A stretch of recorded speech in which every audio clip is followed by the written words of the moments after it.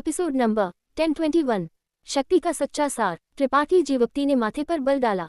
केवल चरम सीमा तक शक्ति के रहस्यों का अध्ययन करके और इसके सच्चे सार में अंतर्दृष्टि प्राप्त करके ही कोई इसकी पूरी क्षमता प्रदर्शित कर सकता है, बिया ने मुस्कान के साथ समझाया। हम। त्रिपाठी जीवक्ति ने धीरे से सिर हिलाया। हालांकि गुईजू के शब्दों ने उसे बेहद उत्साहित महसूस कराया, गुप्त रूप से महसूस किया कि उसके सामने एक नई दुनिया खुल गई थी। त्रिपाठी जीवक्ति जानता था कि गुईजू बस लापरवाही से बोल रहा था। गुईजू एक स्पष्ट मार्ग नहीं बता सकता था, न ही वह त्रिपाठी जीवक्ति को कोई सलाह दे सकता था। हालांकि इस दासी ने पहले कभी ऐसे अजीब व्यक्ति को नहीं देखा है। मैंने दो लोगों को दो अलग अलग विशेषताओं की खेती करते हुए कंधे से कंधा मिलाकर लड़ते हुए देखा है।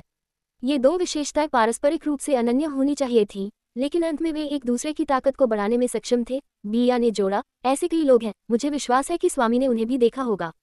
त्रिपाठी जीवक्ति की आंखें चमक उठी क्योंकि उसने बिया को एक जलती हुई नजर से घूर कर देखा, जैसे कि वह उसे पूरा निगलना चाहता था। बिया ने एक मुस्कान को मजबूर किया और शर्मीली होकर पूछा, स्वामी इस दासी को इस तरह क्यों देख रहे हैं? त्रिपाठी जीवक्ति ने जवाब नहीं दिया, लेकिन इसके बजाय ऐसा महसूस किया जैसे उसके दिल में तूफान आ रहा था। बिया के अनजाने शब्दों ने त्रिपाठी जीवक्ति को अपने विचारों में कुछ महत्वपूर्ण बिंदुओं की याद दिलाई थी। वास्तव में दो विपरीत ताकतों के लिए विलय करना बेहद मुश्किल या यहाँ तक कि असंभव था। हालांकि जब दो लोग जो दो पूरी तरह से अलग विशेषताओं की खेती करते थे, कंधे से कंधा मिलाकर लड़ते थे, तो वे एक दूसरे की ताकत और कमजोरियों को पूरक कर सकते थे। ये एक आम घटना थी। त्रिपाठी जीवक्ति और सुयान ऐसे थे। सुयान की बर्फीली ठंड और उसकी अग्नि विशेषता से अस्तित्व में नहीं रह सकती थी, लेकिन एक बार जब वे कंधे से कंधा मिलाकर लड़ते थे तो उनकी ताकत बहुत बढ़ जाती थी। यही न्याग हर्षित एकीकरण कला के अस्तित्व के कारण था। जब वे दोनों दोहरी खेती कर रहे थे तो यह और भी ज्यादा था। दोनों विशेषताएं एक दूसरे के शरीर में सह अस्तित्व में थीं, एक व्यक्ति से दूसरे व्यक्ति में और फिर से वापस स्थानांतरित हो रही थी। इस प्रक्रिया में सुयान की बर्फीली ठंड विशेषता और उसकी सच्ची यांग विशेषता दोनों को बपतिस्मा और उच्च किया गया था, जिससे उनकी ताकत शुद्ध और अधिक संघनित हो गई थी। ये न्याग हर्षित एकीकरण कला। त्रिपाठी जीवक्ति का भाव बदल गया क्योंकि वह गहरे चिंतन में पड़ गया। अपने और सुयान की दोहरी खेती के दृश्य को याद करते हुए त्रिपाठी जीवक्ति ने हांडी को ठंडा करने वाली अनुभूति का स्वाद लिया। जैसे कि सुयान उसके ठीक सामने थी, उनकी दिव्य चेतना जुड़ी हुई थी, उनके दिल और दिमाग जुड़े हुए थे और उन्होंने एक साथ खेती की, खुद को बाहर निकालने में असमर्थ। एस्टरिस्क होन। एस्टरिस्क। हल्के से त्रिपाठी जीवक्ति को ऐसा लगा जैसे उसने एक बाधा को फाड़ दिया था जिसने उसकी दृष्टि को अवरुद्ध कर दिया था, जिससे वह एक और अद्भुत दुनिया और एक उच्च क्षेत्र देख सकता था। त्रिपाठी जीवक्ति का शरीर हिंसक रूप से हिल गया क्योंकि उसकी आंखें शानदार ढंग से चमक उठी। उस क्षण उसने एक संभावना के बारे में सोचा। बर्फ और आग विलय कर सकते थे क्योंकि वे एक चक्र में थे, एक अंतहीन चक्र। इस चक्र में उन्होंने एक दूसरे को पूरक किया और एक दूसरे द्वारा संयमित नहीं थे। इसके बजाय उन्होंने एक दूसरे की शक्ति को मजबूत किया। अगर बर्फ और आग यान त्रिपाठी जीवक्ति की सच्ची ताकत, त्रिपाठी जीवक्ति का यान त्रिपाठी जीवक्ति, तो कड़ाई से बोलते हुए अटल सुनहरे कंकाल के अंदर की बुरी ची भी एक तरह की ठंडी यिन ची थी, लेकिन ये सुयान की बर्फीली ठंडी ची से अलग थी। अटल सुनहरे कंकाल की बर्फीली ठंडी ची लोगों को ऐसा महसूस कराने में सक्षम थी जैसे वे नरक की गहराई में गिर गए थे, जिससे वे अपने मांस से अपनी आत्मा तक कांपते थे। त्रिपाठी जीवक्ति के शरीर से अचानक ची की एक अदृश्य लहर फट गई और एक पल में बिया ने गर्म और ठंडा दोनों महसूस किया, जिससे उसका कोमल शरीर कांप गया जैसे कि उसे एक बर्फ के तहखाने में फेंक दिया गया हो। डॉट। वह धीरे से चिल्लाई। अचानक महसूस किया कि त्रिपाठी जीवक्ति की स्थिति में कुछ गलत था और अचानक डर महसूस किया। इस दौरान वह उसकी सहानुभूति हासिल करने के लिए त्रिपाठी जीवक्ति को खुश करने की पूरी कोशिश कर रही थी ताकि वह उसका संरक्षण और सुरक्षा प्राप्त कर सके। अगर त्रिपाठी जीवक्ति को कुछ होता तो इस दौरान उसके सभी प्रयास व्यर्थ हो जाते। बिया स्वाभाविक रूप से घबरा गई थी। चले जाओ। गुईजू का चिल्लाहट शून्य से आया और बिया को तुरंत एक अदृश्य बल द्वारा पकड़ लिया गया और पत्थर के कमरे से बाहर फेंक दिया गया। उसके बगल में एक हवा महसूस करते हुए बिया ने अपना सिर घुमाया और ये देखकर चौंक गई कि गुईजू पहले से ही उसके बगल में खड़ा था। उसकी उदास आंखों की जोड़ी एक अजीब रोशनी चमका रही थी क्योंकि उसने त्रिपाठी जीवक्ति को घूर कर देखा था जो पत्थर के कमरे में बैठा था। वरिष्ठ, उसे क्या हुआ? बिया ने अपना साहस जुटाया और पूछा। मुझे नहीं पता, लेकिन उसने कुछ हासिल किया लगता है। गुईजू ने माथे पर बल डाला। तुमने अभी अभी उससे क्या बात की थी? बिया ने जल्दी से समझाया कि अभी अभी क्या हुआ था। ये सुनकर गुईजू का भाव बदल गया और उसने एक अजीब हंसी निकाली। वह छोटा बच्चा, सिर्फ इसलिए कि इस वृद्ध स्वामी ने मजाक में कुछ कहा था, वह इस हद तक अध्ययन करने में सक्षम था। मुझे वास्तव में नहीं पता कि यह एक आशीर्वाद है या अभिशाप। वरिष्ठ, क्या वह खतरे में है? बिया ने अपना मुंह ढंक लिया। वह दो अलग अलग ताकतों को एक साथ फ्यूज करना चाहता है। क्या तुम्हें लगता है कि यह खतरनाक नहीं है? गुईजू मुस्कुराया। अगर वह गलती करता है तो वह मौके पर ही मर जाएगा। उसका साहस काफी बड़ा है। वरिष्ठ, क्या आप उसे रोक नहीं सकते? बिया चिल्लाई, चिंता से पूछ रही थी, क्या आपको बाहर निकलने का रास्ता खोजने के लिए उसकी मदद की जरूरत नहीं है? अगर वह मर जाता है तो यह अच्छा है। मुझे नहीं लगता कि वह छोटा बच्चा वास्तव में मदद करना चाहता है। भले ही वह बाहर निकलने का रास्ता ढूंढ ले, मुझे डर है कि वह इस वृद्ध स्वामी को छोड़ने का रास्ता ढूंढ लेगा। अगर वह मर जाता है तो यह वृद्ध स्वामी उसकी आत्मा को इकट्ठा कर सकता है और उसकी यादों का पता लगाने के लिए मेरी आत्मा खोज तकनीक का उपयोग कर सकता है। गुई जू को परवाह नहीं थी, इसके बजाय बस वापस बैठने और देखने का विकल्प चुना। बिया अचानक समझ गई कि उससे भीख मांगना बेकार था। छोटी लड़की, तुम वास्तव में उसकी सुरक्षा के बारे में चिंतित नहीं हो तो तुम इतनी घबराई हुई क्यों हो? गुई जू ने बिया को तिरस्कार से देखा। बिया ने एक मुस्कान को मजबूर किया और कहा, वरिष्ठ मजाक कर रहे होंगे। मैं वास्तव में नहीं चाहती कि वह अब मरे। क्या हुआ? किनारे पर शेंतू चिल्लाया क्योंकि वह जल्दी से पास आया। जब वो पत्थर के कमरे में पहुंचा तो वह हक्का बक्का हुए बिना नहीं रह सका और जल्दी से पूछा, भाई यान को क्या हुआ? वह ऐसा क्यों दिखता है जैसे वह मरने वाला है? जैसे ही उसकी आवाज गिरी, गुईजू का भाव अचानक गंभीर हो गया और उसने चिल्लाया, चलो चलें। इसके साथ ही वह बिना किसी निशान के गायब हो गया। गुईजू के गंभीर रूप को देखकर बिया और शेंतू रहने की हिम्मत कैसे कर सकते थे? अपनी गति कौशल का उपयोग करते हुए वे दोनों जल्दी से बाहर उड़ गए। जैसे ही उन्होंने पहाड़ छोड़ा और बाहर के समतल मैदान पर पहुंचे, दो विपरीत ताकतें अचानक पहाड़ से फट गईं। एक आग की तरह गर्म था, दूसरा बर्फ की तरह ठंडा था। ये दोनों ताकतें इतनी शक्तिशाली थीं कि उन्होंने पहाड़ के अंदर सभी पत्थर के कमरों और गलियारों में झाड़ू लगा दी, बाहर तक फैल गईं। लू गुईचंद, जो पहाड़ के किनारे पर समतल मैदान पर खड़ा था, अचानक अपना सिर घुमाया और कांपती हुई आंखों से आकाश की ओर घूर कर देखा। युए शांति, जो हिजाओ और हिमियाओ से बात कर रही थी, उसने भी अपना सुंदर चेहरा उसी दिशा में घुमाया। पूरा पहाड़ शिखर अब एक विचित्र अवस्था में था, जैसे कि यह आधे में विभाजित हो गया हो। पहाड़ का बायां आधा हिस्सा झुलसाने वाली यान ऊर्जा से ढका हुआ था, जो सुनहरे रंग का था। पहाड़ का दाहिना आधा हिस्सा पिच काली बुरी ऊर्जा से ढका हुआ था, जिसमें एक रिक्त पिपासु, हिंसक और क्रूर आभा थी। ऐसा लग रहा था जैसे रात गिर गई थी, पहाड़ के शिखर के आधे हिस्से को ढंक रही थी। ये दोनों विपरीत ताकतें हिंसक रूप से टकरा रही थी, जिससे पूरा पहाड़ शिखर कांप रहा था और चट्टानें नीचे गिर रही थी, जैसे कि दुनिया का अंत आ गया था। क्या हो रहा है? लू गुईचंद चिल्लाया क्योंकि वह जल्दी से पीछे हट गया। उसी समय पहाड़ के किनारे पर हर कोई जल्दी से पहाड़ के पैर तक 1 दर्जन किलोमीटर पीछे हट गया। मैं उस कनिष्ठ की आभा को महसूस कर सकती हूँ, वह क्या कर रहा है? युए शांति की सुंदर आंखें चमक उठी क्योंकि उसने हेजाओ और हिमियाओ से पूछा। मुझे नहीं पता, जब हम बाहर आए तो वह कुछ नहीं कर रहा था, हिमियाओ ने सिर हिलाया। बैंगनी तारा की बिया निश्चित रूप से जानती है। हेजाओ ने अपनी नज़र उस तरफ घुमाई जहां बिया और शेंतू चिंतित भावों के साथ पहाड़ के शिखर की ओर घूर रहे थे। लू गुईचंद पहले ही उनके बगल में आ चुका था और उनसे सवाल पूछ रहा था। उनकी बातचीत सुनकर युए शांति ने जल्दी से पता लगा लिया कि क्या चल रहा था। उसके सुंदर चेहरे पर एक अजीब नज़र एक पल के लिए दिखाई दी, इससे पहले कि वह वास्तव में मुस्कुराए और सिर हिलाया। वह कनिष्ठ इस बार निश्चित रूप से मर गया है। ऐसा लगता है कि मुझे खुद कुछ करने की जरूरत नहीं है। एक तुच्छ प्रथम श्रेणी का संत वास्तव में ऐसी चीज की कोशिश करने की हिम्मत कर रहा है, वह जीने से थक गया होगा। गुरु, क्या त्रिपाठी जीवप्ती खतरे में है? उसका जीवन एक धागे से लटका हुआ था। युए शांति ने एक खुश अभिव्यक्ति के साथ कहा। गुरु, कृपया उसे बचाओ। तुम बस गुस्सा हो कि वो तुम्हारे प्रति अनादरपूर्ण था। तुम वास्तव में उसे मरना नहीं चाहते, है ना? हेजाओ ने विनती की। स्वाभाविक रूप से मैं उसे मरना चाहती हूँ, मैं उसे जिंदा छीनने का इंतजार नहीं कर सकती। युए शांति ने कड़वाहट से कहा, और इस तरह की चीज में मदद नहीं की जा सकती है। क्या तुमने वरिष्ठ गुईजू को इससे बाहर नहीं रहते देखा? हेजाओ और हिमियाओ ने ऊपर देखा और गुईजू को एक उदास अभिव्यक्ति के साथ आकाश में खड़ा देखा। अगर मैं उसे बल से रोकने की कोशिश करती हूँ तो वह मर जाएगा। युए शांति ने माथे पर बल डाला और जल्दी से कहा, उसके पास अब उम्मीद की एक झलक है। ये सब इस बात पर निर्भर करता है कि वह कितनी मेहनत करता है। थोड़ी देर बात करने के बाद उसने अचानक पाया कि हेजाओ और हिमियाओ दोनों उसे अजीब तरह से देख रहे थे, जिससे युए शांति अचानक चुप हो गई। उसका सुंदर चेहरा थोड़ा सिकुड़ गया। हेजाओ मुस्कुराई। गुरु, वास्तव में उसका मतलब नहीं है जो वह कहती है। तुम उससे द्वेष नहीं रखती हो।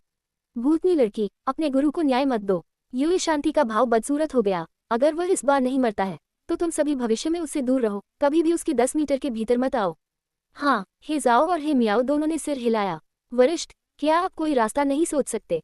शेंतू पहाड़ के पैर पर खड़ा था और गुईजू को चिल्लाया। गुईजू मुस्कुराया, इस वृद्ध स्वामी के पास कोई रास्ता नहीं है। इस बार वह या तो मर जाएगा या स्वर्ग में चढ़ जाएगा। ये सब उसके अपने अच्छे भाग्य पर निर्भर करता है। ही, परिणाम चाहे जो भी हो, ये वृद्ध स्वामी इसके लिए उत्सुक है, इसलिए भले ही कोई रास्ता हो, ये वृद्ध स्वामी उसे नहीं रोकेगा। गुईजू अचानक त्रिपाठी जीवप्ती में बहुत दिलचस्पी लेने लगा। हालांकि वह चकित था जब उसे पता चला कि त्रिपाठी जीवप्ती अंतरिक्ष के ताव में निपुण था और इन दिनों त्रिपाठी जीवप्ती के आंदोलनों पर ध्यान दे रहा था। यह इस क्षण तक नहीं था कि गुईजू ने महसूस किया कि वह हर समय त्रिपाठी जीवप्ती को कम आंक रहा था। बस कुछ ही शब्दों के साथ त्रिपाठी जीवप्ती इतने कम समय में अपनी ताकत को इस हद तक समझने में सक्षम था। हर कोई ऐसा नहीं कर सकता था। गुईजू ये देखना चाहता था कि क्या त्रिपाठी जीवप्ती सफल हो सकता है, और अगर वह सफल होता है तो उसकी दो ताकतों के विलय के बाद क्या होगा और यह उसे कितना सुधार लाएगा। अगर वह नहीं मरता था तो त्रिपाठी जीवप्ती का एक अत्यंत उज्ज्वल भविष्य होगा, शायद तारामंडल क्षेत्र में सबसे चमकीला तारा भी बन जाएगा। पहाड़ के पैर पर हर कोई देखने के लिए रुक गया, ये देखते हुए कि पहाड़ का शिखर दो ताकतों से ढका हुआ था और दो ताकतें टकरा रही थीं। कुछ लोगों ने उम्मीद की कि त्रिपाठी जीवप्ती जल्दी मर जाएगा, कुछ ने उम्मीद की कि वह जीवित रहेगा और कुछ का एक उदासीन रवैया था, बस एक अच्छा शो देख रहा था। हर किसी का मूड और अभिव्यक्ति सब अलग थे। Episode number 1022। पहाड़ के पैर पर हर कोई देखने के लिए रुक गया, हर कोई अलग अलग विचारों के साथ। पहाड़ के पेट के अंदर त्रिपाठी जीवप्ती ने अपनी ताकत को फतते हुए महसूस किया और उसका भाव बदसूरत हो गया। अधिकतम शक्ति जो एक अभ्यासी धारण कर सकता था वह उनके शारीरिक शरीर के सहन करने की क्षमता की सीमा थी। उत्कृष्ट कोटि की अपनी एक सीमा थी और संत कोटि की अपनी एक सीमा थी, लेकिन इस सीमा का त्रिपाठी जीवप्ती पर कोई असर नहीं पड़ा क्योंकि उसकी गुप्त तकनीक विशेष थी और उसका शरीर विशेष था। सच्ची यान गुप्त तकनीक जिसकी उसने खेती की थी, उसने उसके शरीर में यान विशेषता ऊर्जा को संतृप्त होने दिया, इसे अमृत रस में संघनन किया और इसे उसके शक्ति केंद्र के अंदर संग्रहित किया, जब आवश्यकता हो तब उपयोग के लिए तैयार। अटल सुनहरे कंकाल की विशेष क्षमता ने इसे अकल्पनीय शक्ति समाहित करने की अनुमति दी। ये त्रिपाठी जीवप्ती के दो महान शक्ति भंडार थे जिसकी तुलना कोई अन्य अभ्यासी नहीं कर सकता था। ये कहा जा सकता है कि शक्ति को संग्रहित करने की कोई सीमा नहीं थी, और अब त्रिपाठी जीवप्ती ने इन दोनों भंडारों को खोल दिया था। अटल सुनहरे कंकाल के अंदर संग्रहित अकल्पनीय बुरी ऊर्जा एक पल में फट गई और उसकी इच्छाशक्ति और शरीर के कटाव को कम करने के लिए त्रिपाठी जीवप्ती ने एक साथ अमृत रस की बूंद बूंद जारी की। बुरी ऊर्जा और यांग सार ऊर्जा दो भंडारों के अंदर एक दूसरे से हिंसक रूप से टकरा गई, जैसे एक बांध फट रहा हो पूरे पहाड़ को निगलना चाहते हुए। इस तरह की शक्ति इतनी शक्तिशाली थी कि त्रिपाठी जीवप्ती को भी अपना दिल धड़कता हुआ महसूस हुआ। यह उसके शरीर के सहन करने की सीमा से कहीं परे था, सैकड़ों अगर हजारों गुना ज्यादा नहीं। उसका मांस और रक्त टैट गया और सिकुड़ गया क्योंकि उसका रक्त उसकी त्वचा के नीचे तेजी से बह रहा था। शक्ति की एक विशाल मात्रा फट गई जिससे त्रिपाठी जीवप्ती की त्वचा इंच दर इंच चटक गई। सुनहरा रक्त उसके शरीर से बाहर बह गया, बार बार उसके जख्मों को भर रहा था। फिर ठीक हुए जख्म फिर से खुल गए, प्रक्रिया को बार बार दोहराया गया जैसे कि कोई अंत नहीं था। त्रिपाठी जीवप्ती का मन बहुत शांत था। उसने अपने शरीर में दो ताकतों को महसूस करने के लिए अपने दिल का उपयोग किया, ये समझते हुए कि वे कैसे बहते हैं, उनके नियमों को समझते हुए और उनके सच्चे सार में ताक झांक करते हुए। समय धीरे धीरे बीता और अधिक से अधिक बुरी ऊर्जा और यांगसार ऊर्जा बच निकली, टकराते ही पिघल गई। जैसे ही वे पिघल गईं, त्रिपाठी जीवप्ती की इन दो ताकतों की समझ गहरी और गहरी होती गई। उसकी दिव्य चेतना एक ज्वार की तरह फैल गई क्योंकि उसने हर आंदोलन को ध्यान से महसूस किया। उसने कभी नहीं सोचा था कि उसके पास मौजूद दो ताकतों में एक दूसरे से मिलने पर इतने सारे अद्भुत परिवर्तन होंगे।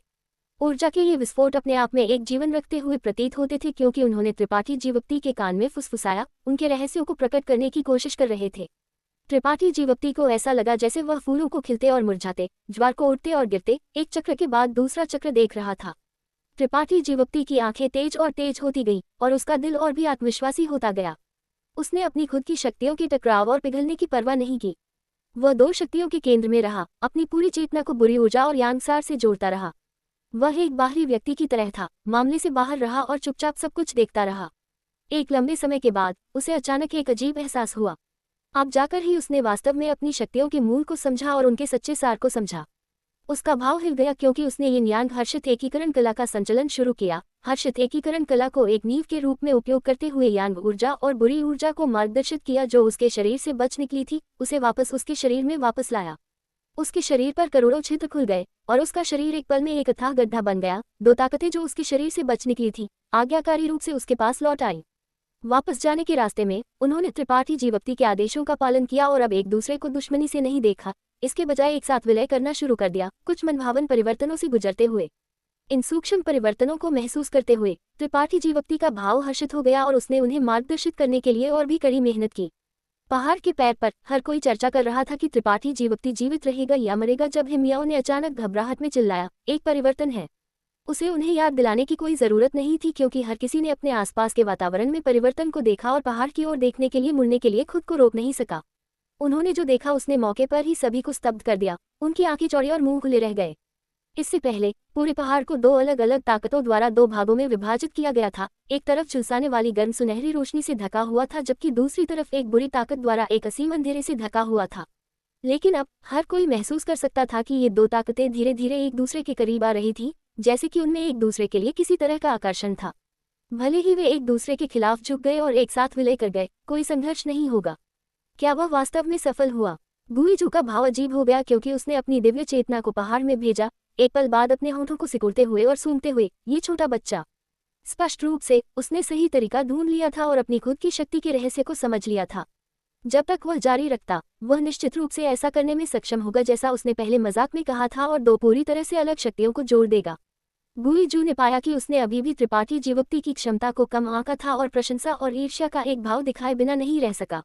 उसने जो पहले कहा था वह बस अनजाने में था। उसे लगा कि त्रिपाठी जीवोक्ति भविष्य में इस दिशा में कड़ी मेहनत कर सकता है और इसे हासिल करने के लिए कुछ दशक, 100 साल या यहाँ तक कि कुछ 100 साल खर्च कर सकता है।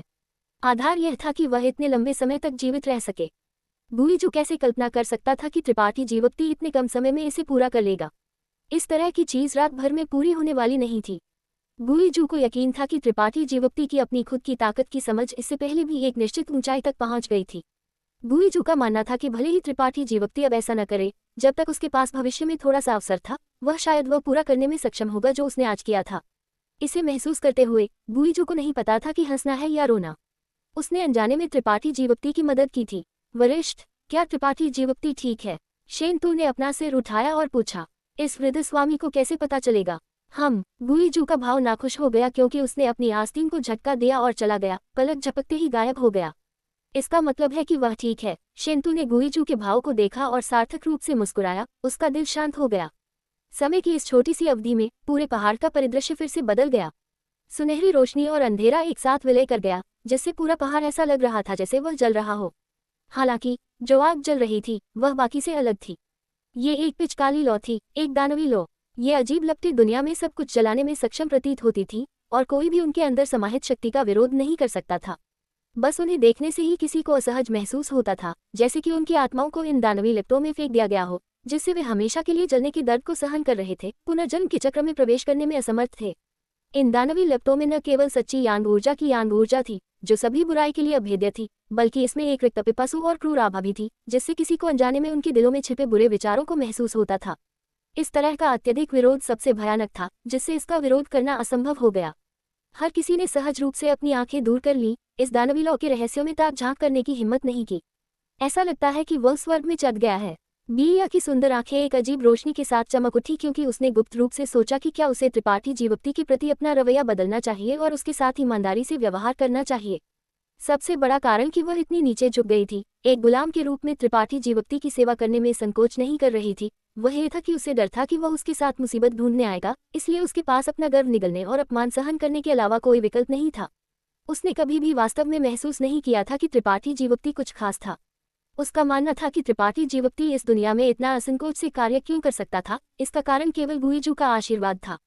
गुइजू के संरक्षण के बिना त्रिपाठी जीवोक्ति कुछ भी नहीं था।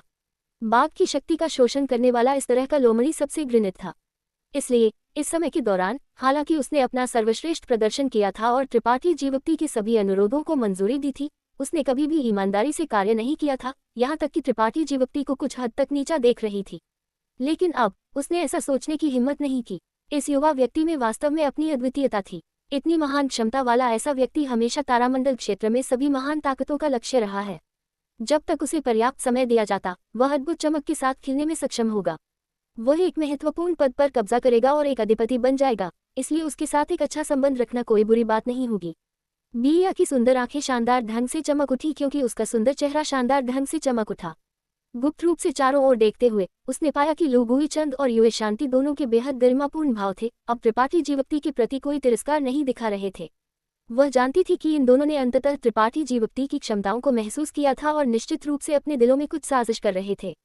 तिरस्कार से अपने होठों को सिकुड़ते हुए बिया एक सूक्ष्म श्रेष्ठता की भावना महसूस किए बिना नहीं रह सकी, क्योंकि वह त्रिपाठी जीवोक्ति के करीब थी और क्योंकि वह उसकी सेवा कर सकती थी। श्रेष्ठता की इस भावना ने उसे शर्मिंदा और स्पष्ट रूप से उत्साहित दोनों महसूस कराया। वह अपने मानिक लाल होठों को चाटने से खुद को रोक नहीं सकी, क्योंकि उसका कोमल शरीर गर्म होना शुरू हो गया था। यह महसूस करने के बाद कि त्रिपाठी जीवोक्ति ठीक था, शेन तू ने अब पहाड़ के शिखर पर आंदोलनों पर ध्यान नहीं दिया और इसके बजाय अपने खुद के मामलों पर ध्यान केंद्रित किया। तलवार संघ की तरफ शेष 4 या 5 अभ्यासी एक साथ इकट्ठा हुए। यूई शांति ने माथे पर बल डाला, कुछ कहना चाहती थी लेकिन एक पल के लिए हिचकिचाई इससे पहले कि धीरे से खांसते हुए और कहा, गुरु अभी अभी जो कहा था उसे वापस लेती है। तुम दोनों बहनों को भविष्य में उसके साथ और अधिक बातचीत करनी चाहिए। ये सबसे अच्छा होगा अगर तुम उससे पूछो कि क्या वह हमारे तलवार संघ में शामिल होने के लिए तैयार है। अगर वह तैयार है तो ये सबसे अच्छा होगा, लेकिन अगर वह नहीं है तो भूल जाओ। हे जाओ और हे मियाओ ने एक दूसरे को देखा। उनकी आंखें तेज चमक के साथ चमक रही थी क्योंकि उन्होंने सिर हिलाया। हाँ गुरु, हे मियाओ ने कहा, वास्तव में ये व्यक्ति बुरा नहीं है, बस इतना है कि वह हमेशा उस वेश्या बिया के साथ घूमता है। ये वास्तव में शर्मनाक है। यूई शांति ने उसे घूर कर देखा। उसके साथ बातचीत करना ठीक है, लेकिन पर्याप्त दूरी बनाए रखो, उसे तुम्हारा फायदा न उठाने दो। हाँ गुरु, हे मियाओ ने दृढ़ता से सिर हिलाया। पहाड़ के अंदर एक पत्थर के कमरे के अंदर त्रिपाठी जीवक्ति ने अपनी हर्षित एकीकरण कला का संचलन जारी रखा। 2 अलग अलग ताकतों के विलय को मार्गदर्शित किया। पहले तो प्रक्रिया बहुत सुचारू नहीं थी और ताकतें जिन्हें उसने अपने शरीर में मार्गदर्शित किया था कभी कभी एक दूसरे से टकराती थी, लेकिन इससे ज्यादा फर्क नहीं पड़ा। जैसे जैसे समय बीता, त्रिपाठी जीवक्ति ने पाया कि सब कुछ बेहद सुचारू हो गया और बाधा का कोई एहसास नहीं रहा। बुरी ऊर्जा जो अटल सुनहरे कंकाल से उभर रही थी और यान रस में समाहित ऊर्जा जो शक्ति केंद्र के अंदर विस्फोट हो गई थी, एक छोटे से हिस्से को छोड़कर जिसे शुरुआत में खपत किया गया था, बाकी सब कुछ बिना किसी अपशिष्ट के उसे वापस कर दिया गया। त्रिपाठी जीवक्ति ने स्पष्ट रूप से महसूस किया कि वह तेजी से मजबूत हो रहा था। उस मांस और रक्त में शक्ति समाहित थी जिसकी तुलना वह अतीत में नहीं कर सकता था। इसने उसे खुशी से पागल कर दिया और उसने इसे खुशी से सहन किया। गुईजू सही था। इन 2 ताकतों को एक साथ विलय करने के बाद त्रिपाठी जीवक्ति की ताकत में धरती को हिला देने वाला बदलाव आया था। ये बदलाव स्पष्ट था और इसे स्पष्ट रूप से समझा जा सकता था। इसे चखने के बाद त्रिपाठी जीवक्ति ने अपनी हर्षित एकीकरण कला का संचलन और भी अधिक लालच से शुरू कर दिया। पूरा पहाड़ अचानक एक अदृश्य भंवर में बदल गया और जैसे ही यह अदृश्य भंवर घूमता, दुनिया की विश्व ऊर्जा इसकी ओर इकट्ठा होना शुरू हो गई। पत्थर के कमरे में आत्म पानी की धारा इस शक्ति के मार्गदर्शन के तहत विश्व ऊर्जा के सबसे शुद्ध रूप में बदल गई और त्रिपाठी जीवक्ति के शरीर में डाल दी गई। ये सब उसके द्वारा अवशोषित किया जा रहा था। Episode number 1023। जिस पहाड़ के शिखर पर गुईजू मूल रूप से रहता था वह हरा भरा और सुंदर था। पक्षियों के चहचहाने की आवाज और फूलों की खुशबू से भरा हुआ था। लेकिन इस क्षण पूरा पहाड़ ऐसा लग रहा था जैसे जल गया हो। केवल झुलसी हुई जमीन और मरे हुए पेड़ बचे थे। इसकी पूर्व सुंदरता का कोई निशान नहीं मिल सका। यहाँ तक कि आध्यात्मिक ची को इकट्ठा करने के लिए स्थापित किया गया जादू का गठन भी नष्ट हो गया लगता था। पहाड़ के अंदर आत्मधारा पूरी तरह से सूख गई थी और जो पानी मूल रूप से इसमें बहता था वह लंबे समय से गायब हो गया था। एक पत्थर के कमरे के अंदर एक अदृश्य भंवर घूम रहा था, आसपास की विश्व ऊर्जा को अंदर खींच रहा था और फिर उसे अवशोषित कर रहा था। गुईजू की आकृति आराम से दिखाई दी और त्रिपाठी जीवक्ति के सामने खड़ी हो गई, माथे पर बल डालते हुए उसे स्थिर रूप से घूर रही थी।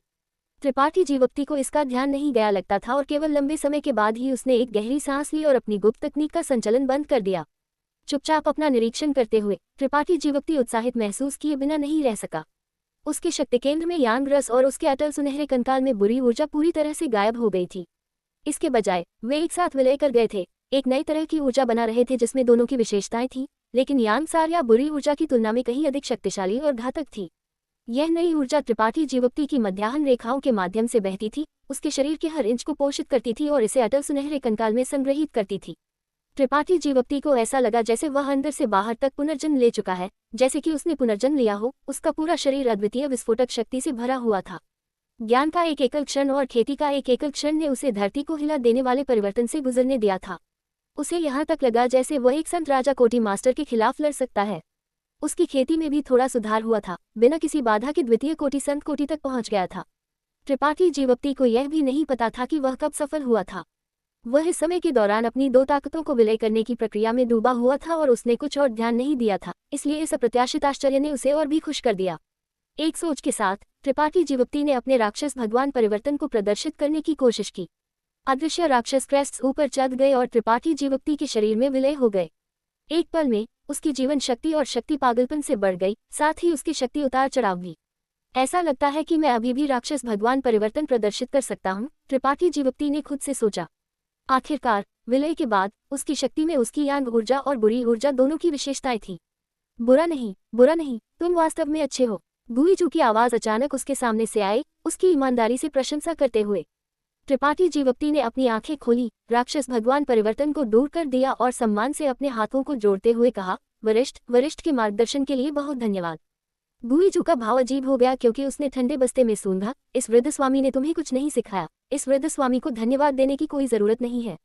त्रिपाठी जीवक्ति हंसा और कहा, वरिष्ठ ने बस इसे अनौपचारिक रूप से कहा होगा, लेकिन अगर यह आपके शब्दों के लिए नहीं होता तो इस कनिष्ठ को इस कदम तक पहुंचने में कई साल या इससे भी अधिक समय लगता। तो किसी भी मामले में मुझे अभी भी वरिष्ठ को प्रबुद्ध करने के लिए धन्यवाद देना होगा। तुम जो सोचना चाहते हो सोचो। गुईजू ने अधीरता से अपना हाथ हिलाया। त्रिपाठी जीवक्ति के साथ कुछ भी लेना देना नहीं चाहता था, जल्दी से कहते हुए, तुम अब 1 महीने से अधिक समय से पीछे हट रहे हो और इस वृद्ध स्वामी ने तुम्हारी ताकत में सुधार करने के लिए तुम्हें इतना समय उदारता से दिया है। अब जब तुम सफल हो गए हो तो क्या अब समय नहीं है कि तुम अपना हिस्सा करो। उसने त्रिपाठी जीवक्ति को ठंडे बस्ते में घूर कर देखा। ये नाखुश लग रहा था कि उसे इतने लंबे समय तक इंतजार करना पड़ा। त्रिपाठी जीवक्ति ने जल्दी से सिर हिलाया। कनिष्ठ तुरंत शुरू करेगा। लेकिन इससे पहले मैं अंतरिक्ष सरणी पर एक नजर डालना चाहता हूँ। जैसा तुम चाहो करो, जब तक तुम बाहर निकलने का रास्ता ढूंढ सकते हो। इससे कोई फर्क नहीं पड़ता कि तुम कैसे संघर्ष करते हो, लेकिन याद रखना, अगर तुम बाहर निकलने का रास्ता नहीं ढूंढ सकते तो यह वृद्ध स्वामी तुम्हारी आत्मा को निकालेगा और तुम्हें हमेशा के लिए यातना देगा। अगर तुम इस वृद्ध स्वामी को निराश करते हो तो तुम्हारा अच्छा अंत नहीं होगा।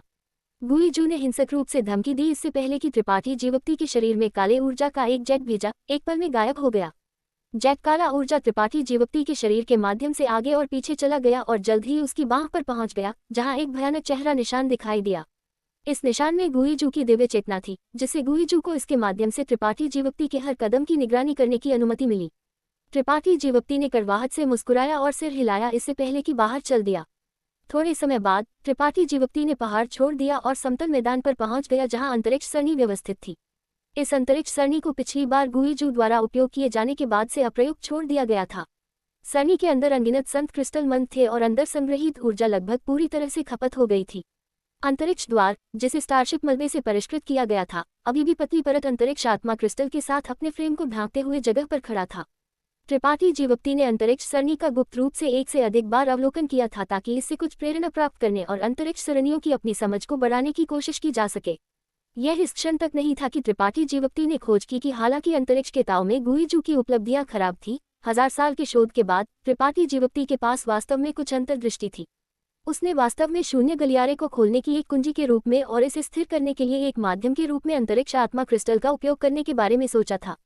दुर्भाग्य से इस शून्य गलियारे को बनाने के लिए उपयोग किया जाने वाला द्वार संत राजा कोटि स्टारशिप मलबे से परिष्कृत किया गया था, इसलिए इसका ग्रेड अभी भी थोड़ा कम था। द्वार के फ्रेम को ढंकने वाला अंतरिक्ष आत्मा क्रिस्टल भी कम था, इसलिए गुईजू द्वारा खोला गया शून्य गलियारा इतना अराजक और अस्थिर था कि ये किसी भी समय ढह सकता था। अगर गुईजू को पर्याप्त सामग्री प्रदान की जाती तो वह सफलतापूर्वक एक स्थिर अंतरिक्ष सरणी की व्यवस्था करने में सक्षम हो सकता है। यह अंतरिक्ष सरणी लोगों को कहाँ टेलीपोर्ट करेगी, गुईजू शायद नहीं जानता था। त्रिपाठी जीवक्ति ने इस अंतरिक्ष सरणी का अवलोकन किया, अंतरिक्ष के ताव में गुईजू के शोध को समझते हुए और इसे अपनी खुद की समझ में बदलते हुए। एक पल बाद पैरों की आवाज अचानक बज उठी। त्रिपाठी जीवक्ति ने अपना सिर घुमाया और ये देखकर हैरान था कि इस महाद्वीप पर अभी भी जीवित सभी लोग इधर आ गए थे। वे त्रिपाठी जीवक्ति को एकांत से बाहर आते हुए देख चुके थे और दौड़कर आए थे। गुरु बिया ने चारों ओर से उसकी ओर निर्देशित तिरस्कारपूर्ण नजरों की परवाह नहीं की और स्नेह से बुलाया। मुस्कुराते हुए त्रिपाठी जीवक्ति के पास चलकर आए और ईमानदारी से कहा, बधाई गुरु, आपकी शक्ति में महान वृद्धि और ज्ञान के लिए।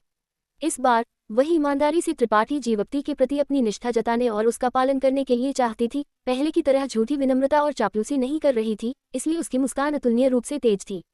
त्रिपाठी जीवक्ति ने धीरे से सिर हिलाया। भाई, यह अच्छा है कि तुम ठीक हो। भविष्य में फिर से ऐसी खतरनाक चीजें मत करना। शेंतु हंसा, लेकिन उसकी आंखों की गहराइयों में संदेह का एक निशान चमक उठा। वह कभी भी त्रिपाठी जीवक्ति की सच्ची निचली रेखा के बारे में स्पष्ट नहीं था।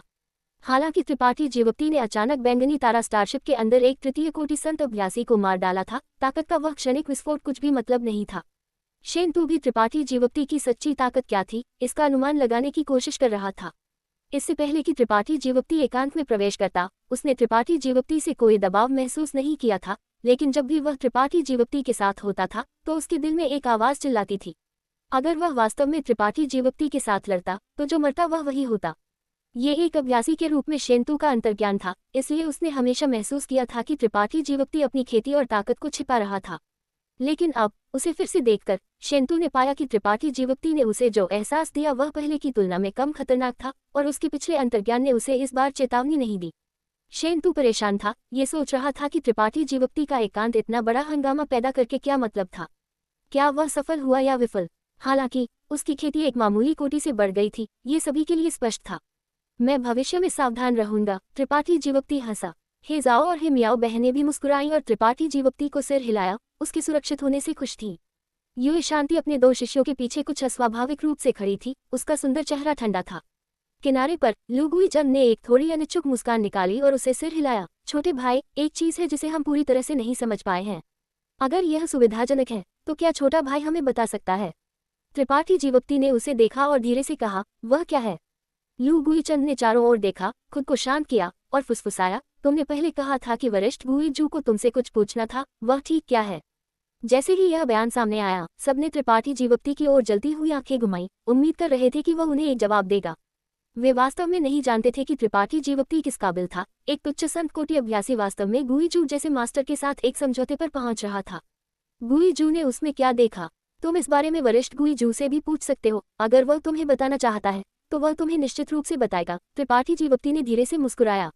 लू गुई चंद का भाव अजीब हो गया क्योंकि वह अचानक चुप हो गया। उसके पास गुई जू से छिपने का समय भी नहीं था, तो वह इस तरह की चीज के बारे में उससे कैसे पूछ सकता था? अगर उसने उसे नाखुश कर दिया तो गुई जू शायद उसे मार डालेगा। छोटा बच्चा, अगर तुम उनके साथ और समय बर्बाद करते हो तो ये वृद्ध स्वामी तुम्हें एक सबक सिखाएगा। गुई जू की आवाज अचानक उसके कान में बज उठी, स्पष्ट रूप से अधीर थी। त्रिपाठी जीवप्ती का भाव बदल गया क्योंकि उसने अपने हाथों को जोड़ा और कहा, मुझे माफ करना वरिष्ठ, मुझे जल्दी कर रहे हैं, मैं और समय बर्बाद नहीं करूंगा। जैसे ही उसकी आवाज गिरी, त्रिपाठी जीवप्ती ने अपना स्टार शटल बुलाया और गायब होने से पहले रोशनी की एक नीली धार में बदल गया। पहाड़ के किनारे पर समतल मैदान से 10,000 किलोमीटर दूर त्रिपाठी जीवप्ती रुक गया। वर्तमान में केवल गुई जू ही जानता था कि शून्य को कैसे फाड़ना है। ये त्रिपाठी जीवप्ती के ट्रम्प कार्डों में से एक था, इसलिए वह इसे प्रकट करने के लिए तैयार नहीं था, कम से कम लू गुई चंद जैसे किसी को नहीं। थोड़ी देर के लिए चारों ओर देखते हुए त्रिपाठी जीवप्ती ने अपनी शक्ति का संचलन किया, इसे अपनी उंगलियों पर संघनन किया और फाड़ दिया। अचानक अंतरिक्ष में एक दरार दिखाई दी। दरार अंधेरी, ठंडी और खाली थी। इससे अजीब और अस्पष्ट उतार चढ़ाव की लहरें निकल रही थीं। त्रिपाठी जीवप्ती ने जल्दी नहीं की और इसके बजाय इस दरार को घूर कर देखा। जब उसने पहले शून्य को फाड़ा तो जिस जगह को फाड़ा गया था वह एक चाकू या तलवार की तरह चिकनी थी, लेकिन अब इस फाड़ के किनारे पर काले दानवी लपटों का एक झुंड जल रहा था। ये दानवी लपटें कभी गर्म और कभी ठंडी थीं, लगातार बदल रही थीं, जिससे किसी के लिए भी उन्हें समझना असंभव हो गया था। ये लपटें अंतरिक्ष को ही जलाने में सक्षम प्रतीत होती थी, जिससे फाड़ा गया अंतरिक्ष ठीक होने में असंभव हो जाता था। त्रिपाठी जीवप्ती का भाव अजीब हो गया। उसने उम्मीद नहीं की थी कि उसकी दो ताकतों के विलय से पैदा हुई नई दानवी लपटें इतनी अजीब होंगी। ऐसा लगता था कि उसके लिए खुद को फिर से जांचना आवश्यक था। बिना रुके त्रिपाठी जीवप्ती दरार में चमक गया और एक एकल सोच के साथ दानवी लपटें बुझ गईं, जिससे फाड़ा गया अंतरिक्ष फिर से बंद हो गया। अशांत अंतरिक्ष के अंदर त्रिपाठी जीवप्ती घबराया नहीं, गुई जू द्वारा अपनी बांह पर छोड़े गए मानव चेहरा निशान को देखते हुए और हंसते हुए। गुई जू किस बात की योजना बना रहा था, त्रिपाठी जीवप्ती किसी और से बेहतर जानता था। कारण कि उसने उसे नहीं मारा और उसे जाने का रास्ता खोजने के लिए जल्दी की, वही था कि वह उसके आंदोलनों की निगरानी करना चाहता था। शून्य को कैसे फाड़ता है इसमें ताक झांक करना और अंतरिक्ष की अराजक धाराओं में आंदोलनों का अवलोकन करना और अंतरिक्ष के रहस्यों की अपनी समझ को मजबूत करने के लिए इसका उपयोग करना। गुई जू इस तरीके को चुराना चाहता था। गुई जू जैसा कोई व्यक्ति त्रिपाठी जीवप्ती पर अपनी सारी उम्मीदें कैसे रख सकता था? उसके पास अन्य योजनाएं थीं। Episode number 1024। गुई जू की छोटी सी योजना कुछ ऐसी थी जिसके बारे में त्रिपाठी जीवप्ती अच्छी तरह से वाकिफ था, लेकिन उसने कभी इशारा नहीं किया था। हालांकि इस अशांत अंतरिक्ष में सब कुछ बाहरी दुनिया से कट गया था। गुई जू ये भी महसूस नहीं कर सकता था कि वह कहाँ था। उसे जासूसी करने दे, इसलिए त्रिपाठी जीवप्ती को चिंता नहीं थी कि गुई जू उसके तरीकों को चुरा लेगा। हालांकि गुई जू के शब्दों ने उसे प्रबुद्ध किया था और उसकी ताकत में काफी सुधार किया था, कुछ ऐसा जिसके लिए त्रिपाठी जीवप्ती बहुत आभारी था, फिर भी उसे सतर्क रहने की जरूरत थी। त्रिपाठी जीवप्ती कभी भी गुई जू के आसपास आराम नहीं कर पाया था। उसके जैसे एक पुराने राक्षस के लिए अपने शब्दों से पीछे हटना एक आम घटना थी। त्रिपाठी जीवप्ती को अब न केवल इस जगह को छोड़ने का रास्ता खोजना था, बल्कि यह भी सुनिश्चित करना था कि गुई जू उसके जाने के बाद उसे मारने की कोशिश नहीं करेगा। यह मुश्किल है। त्रिपाठी जीवप्ती का पेट बंधा हुआ था, लेकिन वह एक अच्छे समाधान के बारे में कुछ देर के लिए सोच नहीं सका, इसलिए वह केवल एक बार में एक कदम उठा सकता था। अशांत अंतरिक्ष में कुछ देर तक रहने के बाद त्रिपाठी जीवप्ती चला गया। जैसे ही उसकी आकृति दिखाई दी, गुई जू की आवाज उसके कान में बज उठी, लड़के, क्या तुमने कुछ हासिल किया? गुई जू के चेहरे पर एक अधीर नजर थी, जैसे कि वह बहुत चिंतित था। त्रिपाठी जीवप्ती ने कड़वाहट से मुस्कुराया, यह इतना आसान कैसे हो सकता है? वरिष्ठ, कृपया चिंता न करें, मैं बस पुष्टि कर रहा था कि यहाँ का अंतरिक्ष क्षेत्र स्थिर हो गया था या नहीं। क्या परिणाम था? गुईजू ने पूछना जारी रखा। ये स्थिर हो गया है और मेरे निर्णय में हस्तक्षेप नहीं करेगा। यह अच्छा है वरिष्ठ। मैं अभी अभी कितनी दूर चला गया? 1000 किलोमीटर या तो। गुईजू ने ठंडे बस्ते में सूंघा। तुम्हारे तरीकों में पिछली बार की तुलना में काफी सुधार हुआ है। ऐसा लगता है कि तुम्हारी ताकत में काफी सुधार हुआ है। त्रिपाठी जीवप्ती की आंखें चमकने से खुद को रोक नहीं सकी क्योंकि वह उत्साहित हो गया। पहले जब उसने शून्य को फाड़ा तो वह एक बार में केवल कुछ 100 किलोमीटर चल सकता था, लेकिन अब वह एक पल में 1000 किलोमीटर चल सकता था। ये कहा जाना चाहिए कि यह एक विशाल सुधार था। मुझ पर कोई चाल चलने की कोशिश मत करो। तुम और मैं दोनों जानते हैं कि तुम इस वृद्ध स्वामी के हाथ से भाग नहीं सकते। इस वृद्ध स्वामी के लिए अपना सर्वश्रेष्ठ प्रदर्शन करो और जब तक हम इस जगह को छोड़ सकते हैं, ये वृद्ध स्वामी तुम्हें चोट न पहुंचाने का वादा करता है। कनिष्ठ समझता है। त्रिपाठी जीवप्ती ने धीरे से सिर हिलाया। अगर वरिष्ठ के पास कहने के लिए और कुछ नहीं है तो कनिष्ठ जारी रखेगा। जाओ। त्रिपाठी जीवप्ती ने एक बार फिर शून्य को फाड़ दिया और खुद को अंतरिक्ष के अशांत प्रवाह में रख दिया।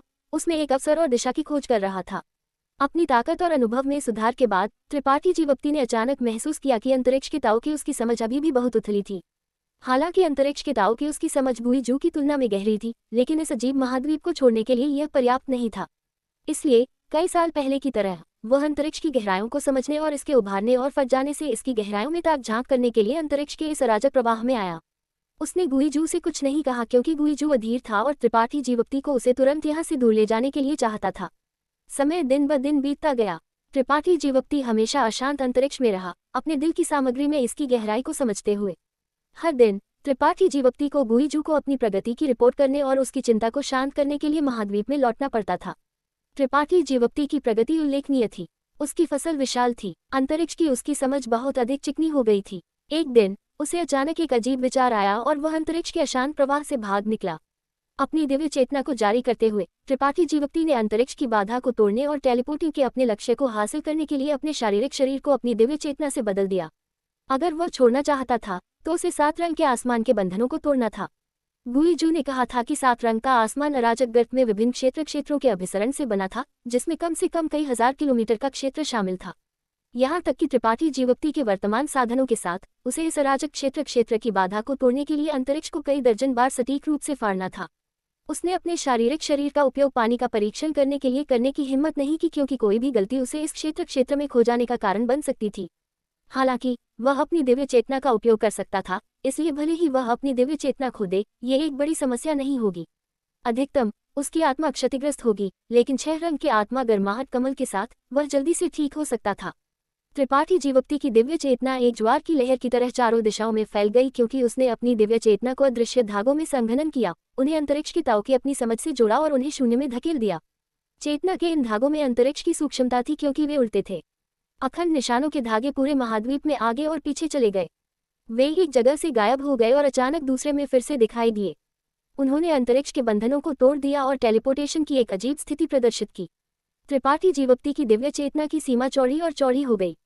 पहाड़ के शिखर के अंदर गुईजू, जो त्रिपाठी जीवप्ती के आंदोलनों की निगरानी कर रहा था, ने अचानक आश्चर्य का एक भाव दिखाया और खुद को सिर हिलाए बिना नहीं रह सका। अच्छा, ऐसा लगता है कि वह कुछ प्रगति कर रहा है। वह मुस्कुराए बिना नहीं रह सका।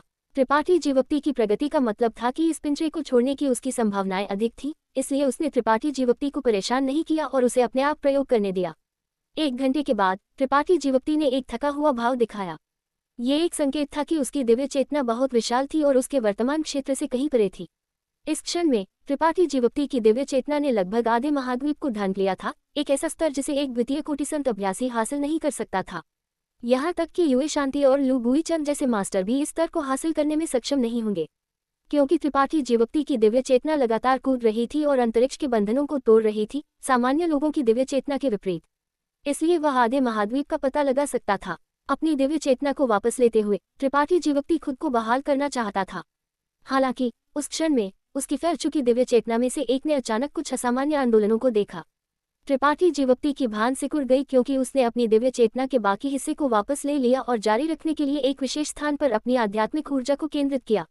एक पल बाद उसका भाव हिल गया क्योंकि उसने एक आश्चर्यजनक खोज की। इस महाद्वीप के केंद्र में जमीन से 10,000 मीटर नीचे ऊर्जा का एक भयानक उभार था।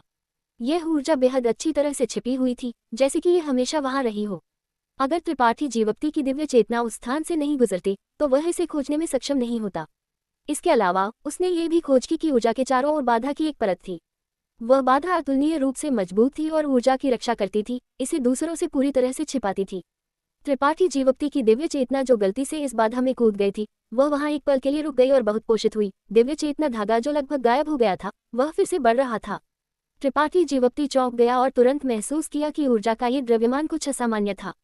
शांत रहते हुए त्रिपाठी जीवक्ति ने अपनी दिव्य चेतना धागा को अपनी जगह पर छोड़ दिया ताकि इसके स्थान को निर्धारित किया जा सके, जबकि वह क्रॉस लेग बैठ गया और खुद को बहाल करना शुरू कर दिया। वह ये पता लगाना चाहता था कि ऊर्जा का ये द्रव्यमान क्या था। क्या गुईजू, जो यहाँ 2000 साल तक रहा था, इसके बारे में जानता होगा? जल्द ही त्रिपाठी जीवक्ति को हल्का सा महसूस हुआ कि गुईजू को इसके अस्तित्व के बारे में पता नहीं होना चाहिए, क्योंकि अगर वह जानता तो वह इसे जाने नहीं देता। त्रिपाठी जीवक्ति का मानना था कि गुईजू भी इतनी विशाल मात्रा में ऊर्जा को नजरअंदाज करने में सक्षम नहीं होगा, लेकिन उसने इसे खोज क्यों नहीं लिया था? गुईजू पहले से ही एक मूल राजा कोटि मास्टर था, इसलिए एक एकल सोच के साथ वह इस महाद्वीप की स्थिति को अपने हाथ की पीठ की तरह जानता था। वरिष्ठ, त्रिपाठी जीवक्ति ने अपनी दिव्य चेतना के साथ बुलाया। क्या मामला है? गुईजू ने तुरंत जवाब दिया। ये कनिष्ठ पूछना चाहता है, इस महाद्वीप पर इतने लंबे समय तक रहने के बाद क्या आपने इसके बारे में कुछ खास खोज की है? खास? गुईजू ने ठंडे बस्ते में सूंघा क्योंकि वह गुस्से से गरज उठा। तुम क्या पूछना चाहते हो? समृद्ध विश्व ऊर्जा और प्रचुर सामग्रियों के अलावा ये जगह मूल रूप से एक घृणित जेल है। एक जेल जिसने इस वृद्ध स्वामी को 2000 साल तक फंसा रखा है। ये वृद्ध स्वामी इस जगह को जल्द या बाद में छोड़ देगा। क्या आपने कुछ खोज की है? गुईजू अचानक सतर्क हो गया। नहीं, मैं बस कुछ चीजों के बारे में पूछना चाहता हूँ ताकि मैं इस जगह को छोड़ने की दिशा निर्धारित कर सकूं। त्रिपाठी जीवक्ति ने अनौपचारिक रूप से जवाब दिया। तुम बेहतर हो, अगर यह वृद्ध स्वामी पता लगाता है कि तुम चाल चल रहे हो तो मुझे अशिष्ट होने के लिए दोष मत देना। गुईजू ने सूंघा। एक पल के मौन के बाद उसने अचानक कहा, क्या तुम इस शापित जगह के सितारों के स्रोत को खोजने के लिए अपनी विशेष दिव्य चेतना का उपयोग करना चाहते हो? सितारे, सितारों का स्रोत, वह क्या है? त्रिपाठी जीवक्ति हक्का बक्का था। तुम नहीं समझते। गुईजू भी हक्का बक्का था। त्रिपाठी जीवक्ति ने सिर हिलाया और कड़वाहट से मुस्कुराया। ये कनिष्ठ एक निम्न स्तर के महाद्वीप पर पैदा हुआ था। वहां के लोगों ने कभी तारामंडल में गहराई तक साहस भी नहीं किया है, इसलिए मैं तारामंडल क्षेत्र के बारे में ज्यादा नहीं जानता। बरबर, गुईजू ने तिरस्कार से सूंघा। सितारों का स्रोत सितारों का स्रोत है, हर खेती तारे में एक होता है। ये कहा जा सकता है कि यह एक खेती तारे का सार है। उदाहरण के लिए, अगर एक तारा एक अभ्यासी है तो सितारों का स्रोत अभ्यासी के शक्ति केंद्र के बराबर है, अभ्यासी के ज्ञान सागर के बराबर है। अगर एक अभ्यासी एक खेती तारे के तारा स्रोत पर अपना खुद का आत्मा ब्रांड उत्कीर्ण कर सकता है तो वे उस खेती तारे के मालिक बन जाएंगे। वे उस खेती तारे के बारे में सब कुछ स्पष्ट रूप से समझने में सक्षम होंगे। अगर वे चाहते हैं तो वे उस खेती तारे पर कहीं भी एक प्राकृतिक आपदा फटने का कारण बन सकते हैं। एक एकल सोच के साथ वे उस खेती तारे के पहाड़ों को एक विशाल महासागर में बदल सकते हैं या एक गर्त को एक सपाट भूमि में सपाट कर सकते हैं। त्रिपाठी जीवक्ति चौंके बिना नहीं रह सका। क्या ये एक खेती तारे को नियंत्रित करने के समान नहीं है? बिल्कुल, एक खेती तारे के क्षेत्र के अंदर हर तारा मास्टर अपने खेती तारे के स्रोत को नियंत्रित करता है। वे खुद को पूरक करने के लिए इच्छा पर उस खेती तारे की ऊर्जा को अवशोषित कर सकते हैं। इस खेती तारे पर उनकी ताकत कभी खत्म नहीं होगी, यह अक्षय है। लड़के, क्या तुम अब एक तारा मास्टर की शक्ति को समझते हो? मैं समझता हूँ। त्रिपाठी जीवक्ति का चेहरा पीला पड़ गया। फिर ये जगह? मैंने कहा कि तुम एक बर्बर थे, लेकिन तुम वास्तव में एक बर्बर हो। ये बस एक अजीब महाद्वीप है, एक तारा नहीं। तो ये तारा स्रोत कहाँ से आया? इस वृद्ध स्वामी ने इसे 1500 साल पहले खोजा था। अगर वास्तव में एक होता तो तुम यहाँ इसका फायदा उठाने कैसे आ सकते थे? त्रिपाठी जीवक्ति ने व्यंग्यात्मक रूप से मुस्कुराया। जो वरिष्ठ ने कहा वह सही है, मैं बस अनौपचारिक रूप से पूछ रहा था। मैं किसी भी सितारों के स्रोत की तलाश नहीं कर रहा था, मैंने इसके बारे में पहले कभी सुना भी नहीं था। अच्छा, अगर तुम जानते हो तो जल्दी करो और बाहर निकलने का रास्ता ढूंढो। इस तरह के बकवास के बारे में मत सोचो, ये बहुत अवास्तविक है और तुम्हें कोई फायदा नहीं देगा। गुईजू ने डांटा। इससे पहले कि त्रिपाठी जीवक्ति के साथ संपर्क काट दिया, अब उस पर कोई ध्यान नहीं दे रहा था। त्रिपाठी जीवक्ति ने चिंतन में पड़ते हुए खुद को बहाल करना जारी रखा। जैसा कि गुईजू ने कहा, ये जगह वास्तव में एक तारे की तरह नहीं लगती थी, बल्कि एक अजीब महाद्वीप की तरह लगती थी। हालांकि त्रिपाठी जीवक्ति ने अराजक गर्त में प्राचीन पेड़ों के आकार के सितारे देखे थे। वे विशाल ऊंचे पेड़ों की तरह थे जिनकी शाखाएं और पत्तियां अराजक गर्त में बढ़ती थीं, एक समृद्ध लकड़ी विशेषता ऊर्जा निकालती थी। इस दृष्टिकोण से इस महाद्वीप को एक तारा कहना कोई अतिशयोक्ति नहीं थी। आखिरकार इसका आकार छोटा नहीं था, एक उल्कापिंड से कहीं अधिक बड़ा। Episode number 1025। यह अनजाने में हुई खोज ने त्रिपाठी जीवक्ति के मनोभाव को डांवाडोल कर दिया। यह ऊर्जा का द्रव्यमान सितारों का स्रोत था या नहीं, त्रिपाठी जीवक्ति स्पष्ट नहीं था। गुईजू की सख्त निगरानी में उसने बहुत गहराई से जांच करने की हिम्मत नहीं की और केवल चीजों को जैसे थे वैसे ही छोड़ सकता था। हालांकि त्रिपाठी जीवक्ति की अपनी अटकलें भी थीं। अगर यह वास्तव में सितारों का स्रोत था तो ये पिछले 1500 सालों में बना होगा, या ये गुइजू की पहचान को धोखा दे सकता था। अन्यथा इसके लिए अक्षत रहना और गुइजू द्वारा अनदेखा किया जाना असंभव होता। त्रिपाठी जीवोक्ति ने अपनी दिव्य चेतना के झुंड को वापस नहीं लिया और इसके बजाय इसे वहां छोड़ दिया। इस अस्पष्ट ऊर्जा से पोषित और मजबूत हुआ। त्रिपाठी जीवोक्ति ने योजना बनाई कि जब उसे वापस आने और स्थिति पर एक नजर डालने का मौका मिलेगा तब तक प्रतीक्षा करेगा। दिव्य चेतना का झुंड जो उसने वहां छोड़ा था उसे एक सटीक स्थान प्रदान कर सकता था। त्रिपाठी जीवोक्ति ने यह बिना किसी निशान के किया, इसलिए इसने गुइजू से अधिक ध्यान आकर्षित नहीं किया। जैसे जैसे समय बीता, अंतरिक्ष के ताव में त्रिपाठी जीवोक्ति की उपलब्धियां अधिक और अधिक गहन होती गई। उसकी दिव्य चेतना अब आसानी से आधे महाद्वीप को ढंकने में सक्षम थी।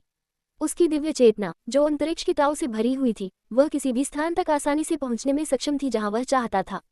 त्रिपाठी जीवोक्ति ने 7 रंग के आसमान को कई बार खोजा, लगातार प्रयोग किया और अनगिनत दिव्य चेतना धागों के अराजक क्षेत्र में खो जाने के बाद उसे आखिरकार कुछ विश्वास हो गया कि वह इस जगह को छोड़ सकता है। शांत और चुप रहते हुए त्रिपाठी जीवोक्ति ने खोज करना और प्रयोग करना जारी रखा, पूर्णता प्राप्त करने और कोई गलती न करने का प्रयास करते हुए। हर दिन त्रिपाठी जीवोक्ति गुइजू को रिपोर्ट करता था, लेकिन उसने उसे सच्चाई नहीं बताई, इसलिए गुइजू को कुछ नहीं पता था। इस दिन त्रिपाठी जीवोक्ति 7 रंग के आसमान से वापस आया और जैसे ही वह पहाड़ के आधे रास्ते में एक सपाट क्षेत्र पर पहुंचा, उसने हवा में एक खूनी गंध सूंघी। उसका भाव थोड़ा बदल गया क्योंकि उसने अपनी दिव्य चेतना को फैला दिया और जल्द ही खोज की कि कुछ गलत था। जो लोग इस महाद्वीप पर अभी भी जीवित थे वे इस क्षण में एक साथ इकट्ठा थे और वातावरण भारी था, जैसे कि वे कुछ चर्चा कर रहे थे। क्या गलत है? त्रिपाठी जीवोक्ति ने चलकर पूछा। कोई मर गया? शेंतु का भाव बदसूरत हो गया। त्रिपाठी जीवोक्ति हैरान था और सामने की ओर देखने के लिए मुड़ा। निश्चित रूप से उसने जमीन पर पड़े एक अभ्यासी को देखा। उसकी जीवन शक्ति सूख गई थी। उसका शरीर बहुत अधिक दबाव के अधीन हो गया था और एक पल में फट गया था, जिससे उसका शव भयानक लग रहा था। वे किस तरफ से हैं? त्रिपाठी जीवोक्ति ने पूछा। हमारे लोग, हे जाओ ने दुख से जवाब दिया।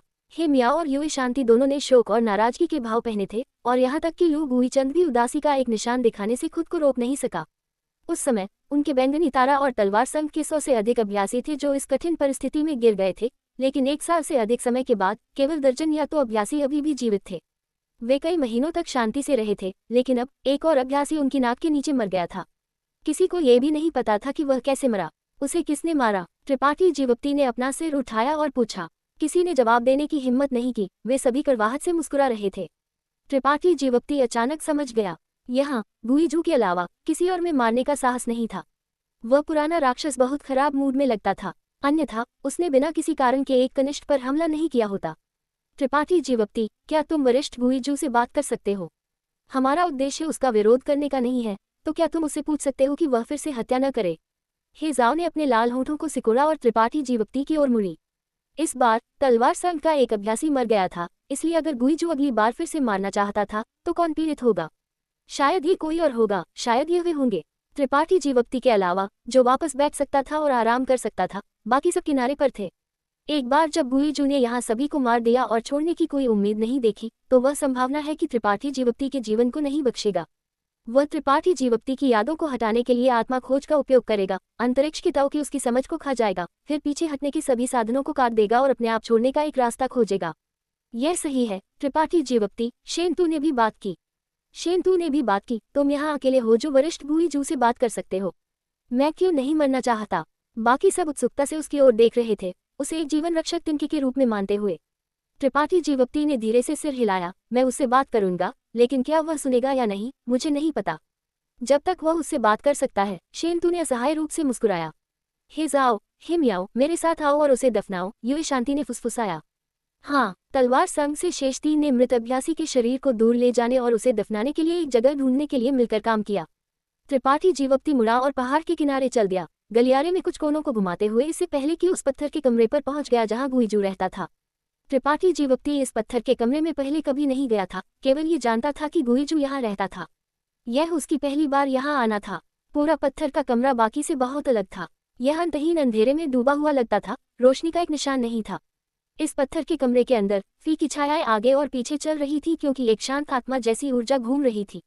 जैसे ही वह यहाँ पहुंचा, त्रिपाठी जीवोक्ति ने अपनी रीढ़ की हड्डी के नीचे एक ठंडक चलती हुई महसूस की क्योंकि उसके कानों में एक भयानक आवाज बज उठी जिससे उसका मन कांप गया। एक पल में उसकी आंखों के सामने एक अजीब दृश्य दिखाई दिया। उस दृश्य में एक भयंकर दिखने वाला भूत उसकी ओर दौड़ रहा था, उसके मांस और आत्मा को कुतरना चाहता था, उसे 9 निचले शुद्ध स्थान में खींच रहा था, कभी पुनर्जन्म के चक्र में प्रवेश नहीं करने के लिए। त्रिपाठी जीवोक्ति का पूरा शरीर कड़ा हो गया और वह चल नहीं सका। दानवी लपटों का एक झुंड अचानक उसके शरीर से निकला, एक साथ जुड़कर उसे ऐसा लगने लगा जैसे वह जल रहा हो। त्रिपाठी जीवोक्ति इस भ्रम से मुक्त हो गया। गुईजू की अजीब हंसी उसके कानों में बज उठी क्योंकि उसने चिल्लाया, लड़के तुम यहाँ क्या कर रहे हो? त्रिपाठी जीवोक्ति ने माथे पर बल डाला, दानवी लपटों को जलने दिया, उस पर भूतिया छाया के प्रभाव को दूर किया, ध्यान से अपने शब्दों को चुनने से पहले पूछा, क्या वरिष्ठ ने आज किसी को मारा? गुईजू मुस्कुराया और कहा, किसी को मारने में इतना आश्चर्यजनक क्या है? तुम इस तरह के एक तुच्छ मामले के लिए इस वृद्ध स्वामी की तलाश में नहीं आए थे, है ना? वे बहुत घबराए हुए थे, डर रहे थे कि वे अगले होंगे। त्रिपाठी जीवोक्ति ने जल्दी से कहा, ये सही है। गुईजू बहुत खुश लगता था, यह उबाऊ दुनिया, इस वृद्ध स्वामी ऐसे उबाऊ जीवन से थक गया है। ये वृद्ध स्वामी बस कुछ मजा करना चाहता है। इस वृद्ध स्वामी को लोगों को तनाव में देखना पसंद है, तो उन्हें रहने दो। बस इसलिए कि तुम उग गए थे, तुमने किसी को मार दिया तो क्या? गुईजू ने ठंडे बस्ते में सूंघा और अंधेरा पत्थर का कमरा अचानक चमक उठा। अजीब पत्थर जो पत्थर की दीवारों को सजा रहे थे, वे चमकना शुरू कर दिए क्योंकि गुईजू पत्थर के कमरे के केंद्र में बैठा था। उसकी उदासी आंखों की जोड़ी त्रिपाठी जीवोक्ति की ओर घूर रही थी क्योंकि उसने ताना मारा, तुम उनके लिए मध्यस्थता करने आए थे। तुम उस तरह के व्यक्ति नहीं हो, है ना? भले ही यह वृद्ध स्वामी उन सभी को मार डाले, तुम कोई दया नहीं दिखाओगे। वरिष्ठ मजाक कर रहे होंगे, कनिष्ठ भी एक इंसान है और उनमें से कुछ कनिष्ठ के दोस्त हैं। स्वाभाविक रूप से मैं नहीं चाहता कि तुम उन्हें मारना जारी रखो। दोस्त? गुईजू एक पल के लिए चौंक गया, इससे पहले कि हंसी में फट गया। तुम दूसरों को धोखा दे सकते हो, लेकिन तुम इस वृद्ध स्वामी को धोखा नहीं दे सकते। तुम्हारे उन कुछ लोगों के साथ कुछ दोस्ती है, लेकिन ये तुम्हारे लिए उनके लिए मेरा अनादर करने के लिए पर्याप्त से कहीं अधिक है। इसे सरल शब्दों में कहें, अगर तुम्हारे पास कुछ फायदे हैं तो तुम उन्हें अपने साथ ले जाओगे, लेकिन अगर तुम एक संकट का सामना कर रहे हो तो तुम उनके लिए अपना जीवन बलिदान नहीं दोगे। तुम मूर्ख नहीं हो, तुम जानते हो कि मेरा अनादर करने के परिणाम क्या हैं। त्रिपाठी जीवोक्ति चुप हो गया। गुईजू ने लगभग सही निशान मारा था। तुम डर रहे हो कि यह वृद्ध स्वामी उन सभी लोगों को मार डालेगा और फिर तुम पर हमला करेगा। गुईजू ने चिल्लाया। त्रिपाठी जीवोक्ति ने शांति से सिर हिलाया। हाँ, वरिष्ठ की अंतर्दृष्टि दिन की तरह स्पष्ट है। कनिष्ठ को ऐसी चिंताएं हैं। गुईजू ने धीरे से सिर हिलाया। अगर तुम्हें वास्तव में ऐसी चिंताएं हैं तो तुम बेहतर हो कि और अधिक मेहनत करो और जितनी जल्दी हो सके छोड़ने का एक रास्ता खोजो। इससे पहले कि यह वृद्ध स्वामी उन सभी लोगों को मार डाले और तुम पर हमला करे, मैं तुम्हारी क्षमता में विश्वास करता हूँ और मैं मानता हूँ कि तुमने अपना सर्वश्रेष्ठ प्रदर्शन नहीं किया है। कनिष्ठ के पास पहले से ही कुछ विचार है। त्रिपाठी जीवोक्ति ने माथे पर बल डाला। गुईजू का शरीर हिल गया क्योंकि उसकी आंखें शानदार ढंग से चमक उठी, चिल्लाते हुए, अच्छा, जब तक तुम्हारे पास कुछ विचार है। अच्छा, तुम्हारी यह खबर ने इस वृद्ध स्वामी को बहुत खुश कर दिया है। इस वृद्ध स्वामी का मनोभाव संभवतः कुछ समय के लिए बना रहेगा। मेहनत करना जारी रखो, इस वृद्ध स्वामी को निराश मत करो। कनिष्ठ विदा लेगा। त्रिपाठी जीवोक्ति ने अपने हाथों को जोड़ा और जल्दी से चला गया। जिस क्षण वह मुड़ा, त्रिपाठी जीवोक्ति का भाव गरिमापूर्ण हो गया। वह अचानक समझ गया कि गुईजू ने उन लोगों को इसलिए नहीं मारा क्योंकि वह खराब मूड में था, बल्कि उसे चेतावनी देने और उस पर दबाव डालने के लिए। गुईजू को त्रिपाठी जीवोक्ति के छिपाव के बारे में सतर्क हो जाना चाहिए था, अन्यथा उसने अचानक लोगों को मारना शुरू नहीं किया होता। ये बस इतना था कि गुईजू को नहीं पता था कि त्रिपाठी जीवोक्ति क्या छिपा रहा था और वह इसे इशारा नहीं कर सकता था, इसलिए उसने इस तरीके का उपयोग किया। गुईजू त्रिपाठी जीवोक्ति को बताना चाहता था कि उसका धैर्य सीमित था और अगर त्रिपाठी जीवोक्ति उसे संतुष्ट नहीं कर सका तो उसका अंत उस मृत आदमी की तरह होगा। त्रिपाठी जीवोक्ति ने इसे स्पष्ट रूप से समझा, इसलिए उसके पास अंत में गुईजू को शांत करने के अलावा कोई विकल्प नहीं था। हालांकि ये शांत करना लंबे समय तक नहीं चलेगा। अगली बार जब गुईजू ने अपना धैर्य खो दिया तो वह वास्तव में त्रिपाठी जीवोक्ति को मार सकता था। त्रिपाठी जीवोक्ति का भाव बदसूरत हो गया क्योंकि वह असहायता की एक गहरी भावना महसूस किए बिना नहीं रह सका। उसने गुप्त रूप से छोड़ने की योजना बनाई थी। जब उसे बाहर निकलने का एक रास्ता मिल गया था, गुईजू को अनदेखा कर रहा था और उसे यहाँ फंसा रहने दे रहा था, उसे बुढ़ापे से मरने दे रहा था। हालांकि उनके बीच ताकत में अंतर इतना बड़ा था कि त्रिपाठी जीवोक्ति को एक निष्क्रिय स्थिति में मजबूर किया गया था। उसने महसूस किया कि उसका विचार कुछ अवास्तविक था। भले ही वह वास्तव में बाहर निकलने का एक रास्ता खोजने में कामयाब रहा, उसे संभावना है कि वह सुरक्षित रूप से छोड़ने से पहले गुईजू द्वारा रोक दिया जाएगा। त्रिपाठी जीवोक्ति ने सोचा, ये सोचते हुए कि क्या उसे गुईजू की शपथ पर विश्वास करना चाहिए और उसके साथ इस जगह को छोड़ना चाहिए, फिर हर कोई खुश होगा। ऐसा करना निस्संदेह बहुत जोखिम भरा था और त्रिपाठी जीवोक्ति को यकीन नहीं था कि गुईजू वास्तव में अपना वादा निभा सकता है। सभी प्रकार के विचार त्रिपाठी जीवोक्ति के दिमाग से बिजली की तरह चमक उठे। उसका भाव अधिक और अधिक गंभीर होता गया। अपने पत्थर के कमरे में लौटते हुए त्रिपाठी जीवोक्ति क्रॉस लेग बैठ गया और चिंतन करते हुए अपनी खपत ताकत को बहाल करना शुरू कर दिया। बाहर से हल्के पैरों की आवाज सुनी जा सकती थी क्योंकि बिया बिना आमंत्रित किए चलकर आई। धीरे से त्रिपाठी जीवप्ती के पीछे पहुंची, अपने कोमल शरीर को उसके खिलाफ दबाते हुए, क्योंकि उसने धीरे से त्रिपाठी जीवप्ती की पीठ को अपने गोल हाथों से रगड़ा, जबकि धीरे से त्रिपाठी जीवप्ती के कंधों को मालिश किया। अपने लाल होठों को हल्का सा खोलते हुए उसने पूछा, गुरु, जब हम एक दिन इस जगह को छोड़ सकते हैं तो क्या तुम इस सेवक को अपने साथ ले जा सकते हो? स्वाभाविक रूप से त्रिपाठी जीवप्ती ने अनौपचारिक रूप से कहा। बिया ने करवाहट से मुस्कुराया। उसके हाथ अभी भी चल रहे थे क्योंकि उसने फुसफुसाया, तुम्हें मुझ पर संरक्षण करने की जरूरत नहीं है। मैं जानती हूँ कि तुमने मुझे अपने साथ ले जाने का कभी इरादा नहीं किया था। आखिरकार मैं पहले तुम्हारे प्रति अशिष्ट और अनादर रही हूँ और मैं एक अच्छी व्यक्ति नहीं हूँ। उसने अचानक खुद को दोष देना शुरू कर दिया, जिससे त्रिपाठी जीवप्ती भ्रमित हो गया। उसे नहीं पता था कि वह क्या कर रही थी। Episode number 1026। पत्थर के कमरे के अंदर बिया का भाव उदास था और उसकी आवाज कड़वी थी। इस दौरान वह त्रिपाठी जीवप्ती की सेवा कर रही थी और हालांकि वह बहुत विनम्र और अच्छे व्यवहार वाली रही थी, त्रिपाठी जीवप्ती ने हमेशा एक को एक, दो को दो कहा था और उसने थोड़ा सा भी विरोध करने की हिम्मत नहीं की थी। लेकिन वह मूर्ख नहीं थी। इसके विपरीत यह महिला बहुत चालाक थी। उसने त्रिपाठी जीवप्ती के इरादों को बहुत पहले ही देख लिया था। भले ही वे इस जगह को छोड़ सकते थे, त्रिपाठी जीवप्ती उसे अपने साथ नहीं ले जाएगा। इसलिए बिया ने चीजों को पहले ही स्पष्ट कर दिया था। वह त्रिपाठी जीवप्ती को प्रभावित करने और त्रिपाठी जीवप्ती के मन को बदलने के लिए अपनी ईमानदारी का उपयोग करना चाहती थी। अगर हम यहाँ से जा सकते हैं तो मैं भविष्य में निश्चित रूप से तुम्हारी बात सुनूंगी और जो कुछ भी तुम चाहते हो कि मैं करूंगी वह करूंगी। मैं यहाँ छोड़ना नहीं चाहती, मैं केवल तुम्हारे प्रति वफादार रहने का वादा करती हूँ। बिया ने विनती की। यहाँ तक कि गुईजू जैसा मास्टर भी बाहर निकलने का रास्ता ढूंढे बिना 2000 साल तक यहाँ फंसा रहा था। अगर उसे यहाँ छोड़ दिया गया तो वह केवल अकेले बुढ़ापे से मर जाएगी। उस तरह का अंत बस बहुत भयानक था। त्रिपाठी जीवप्ती ने अपना सिर घुमाया और उसे गहराई से घूर कर देखा।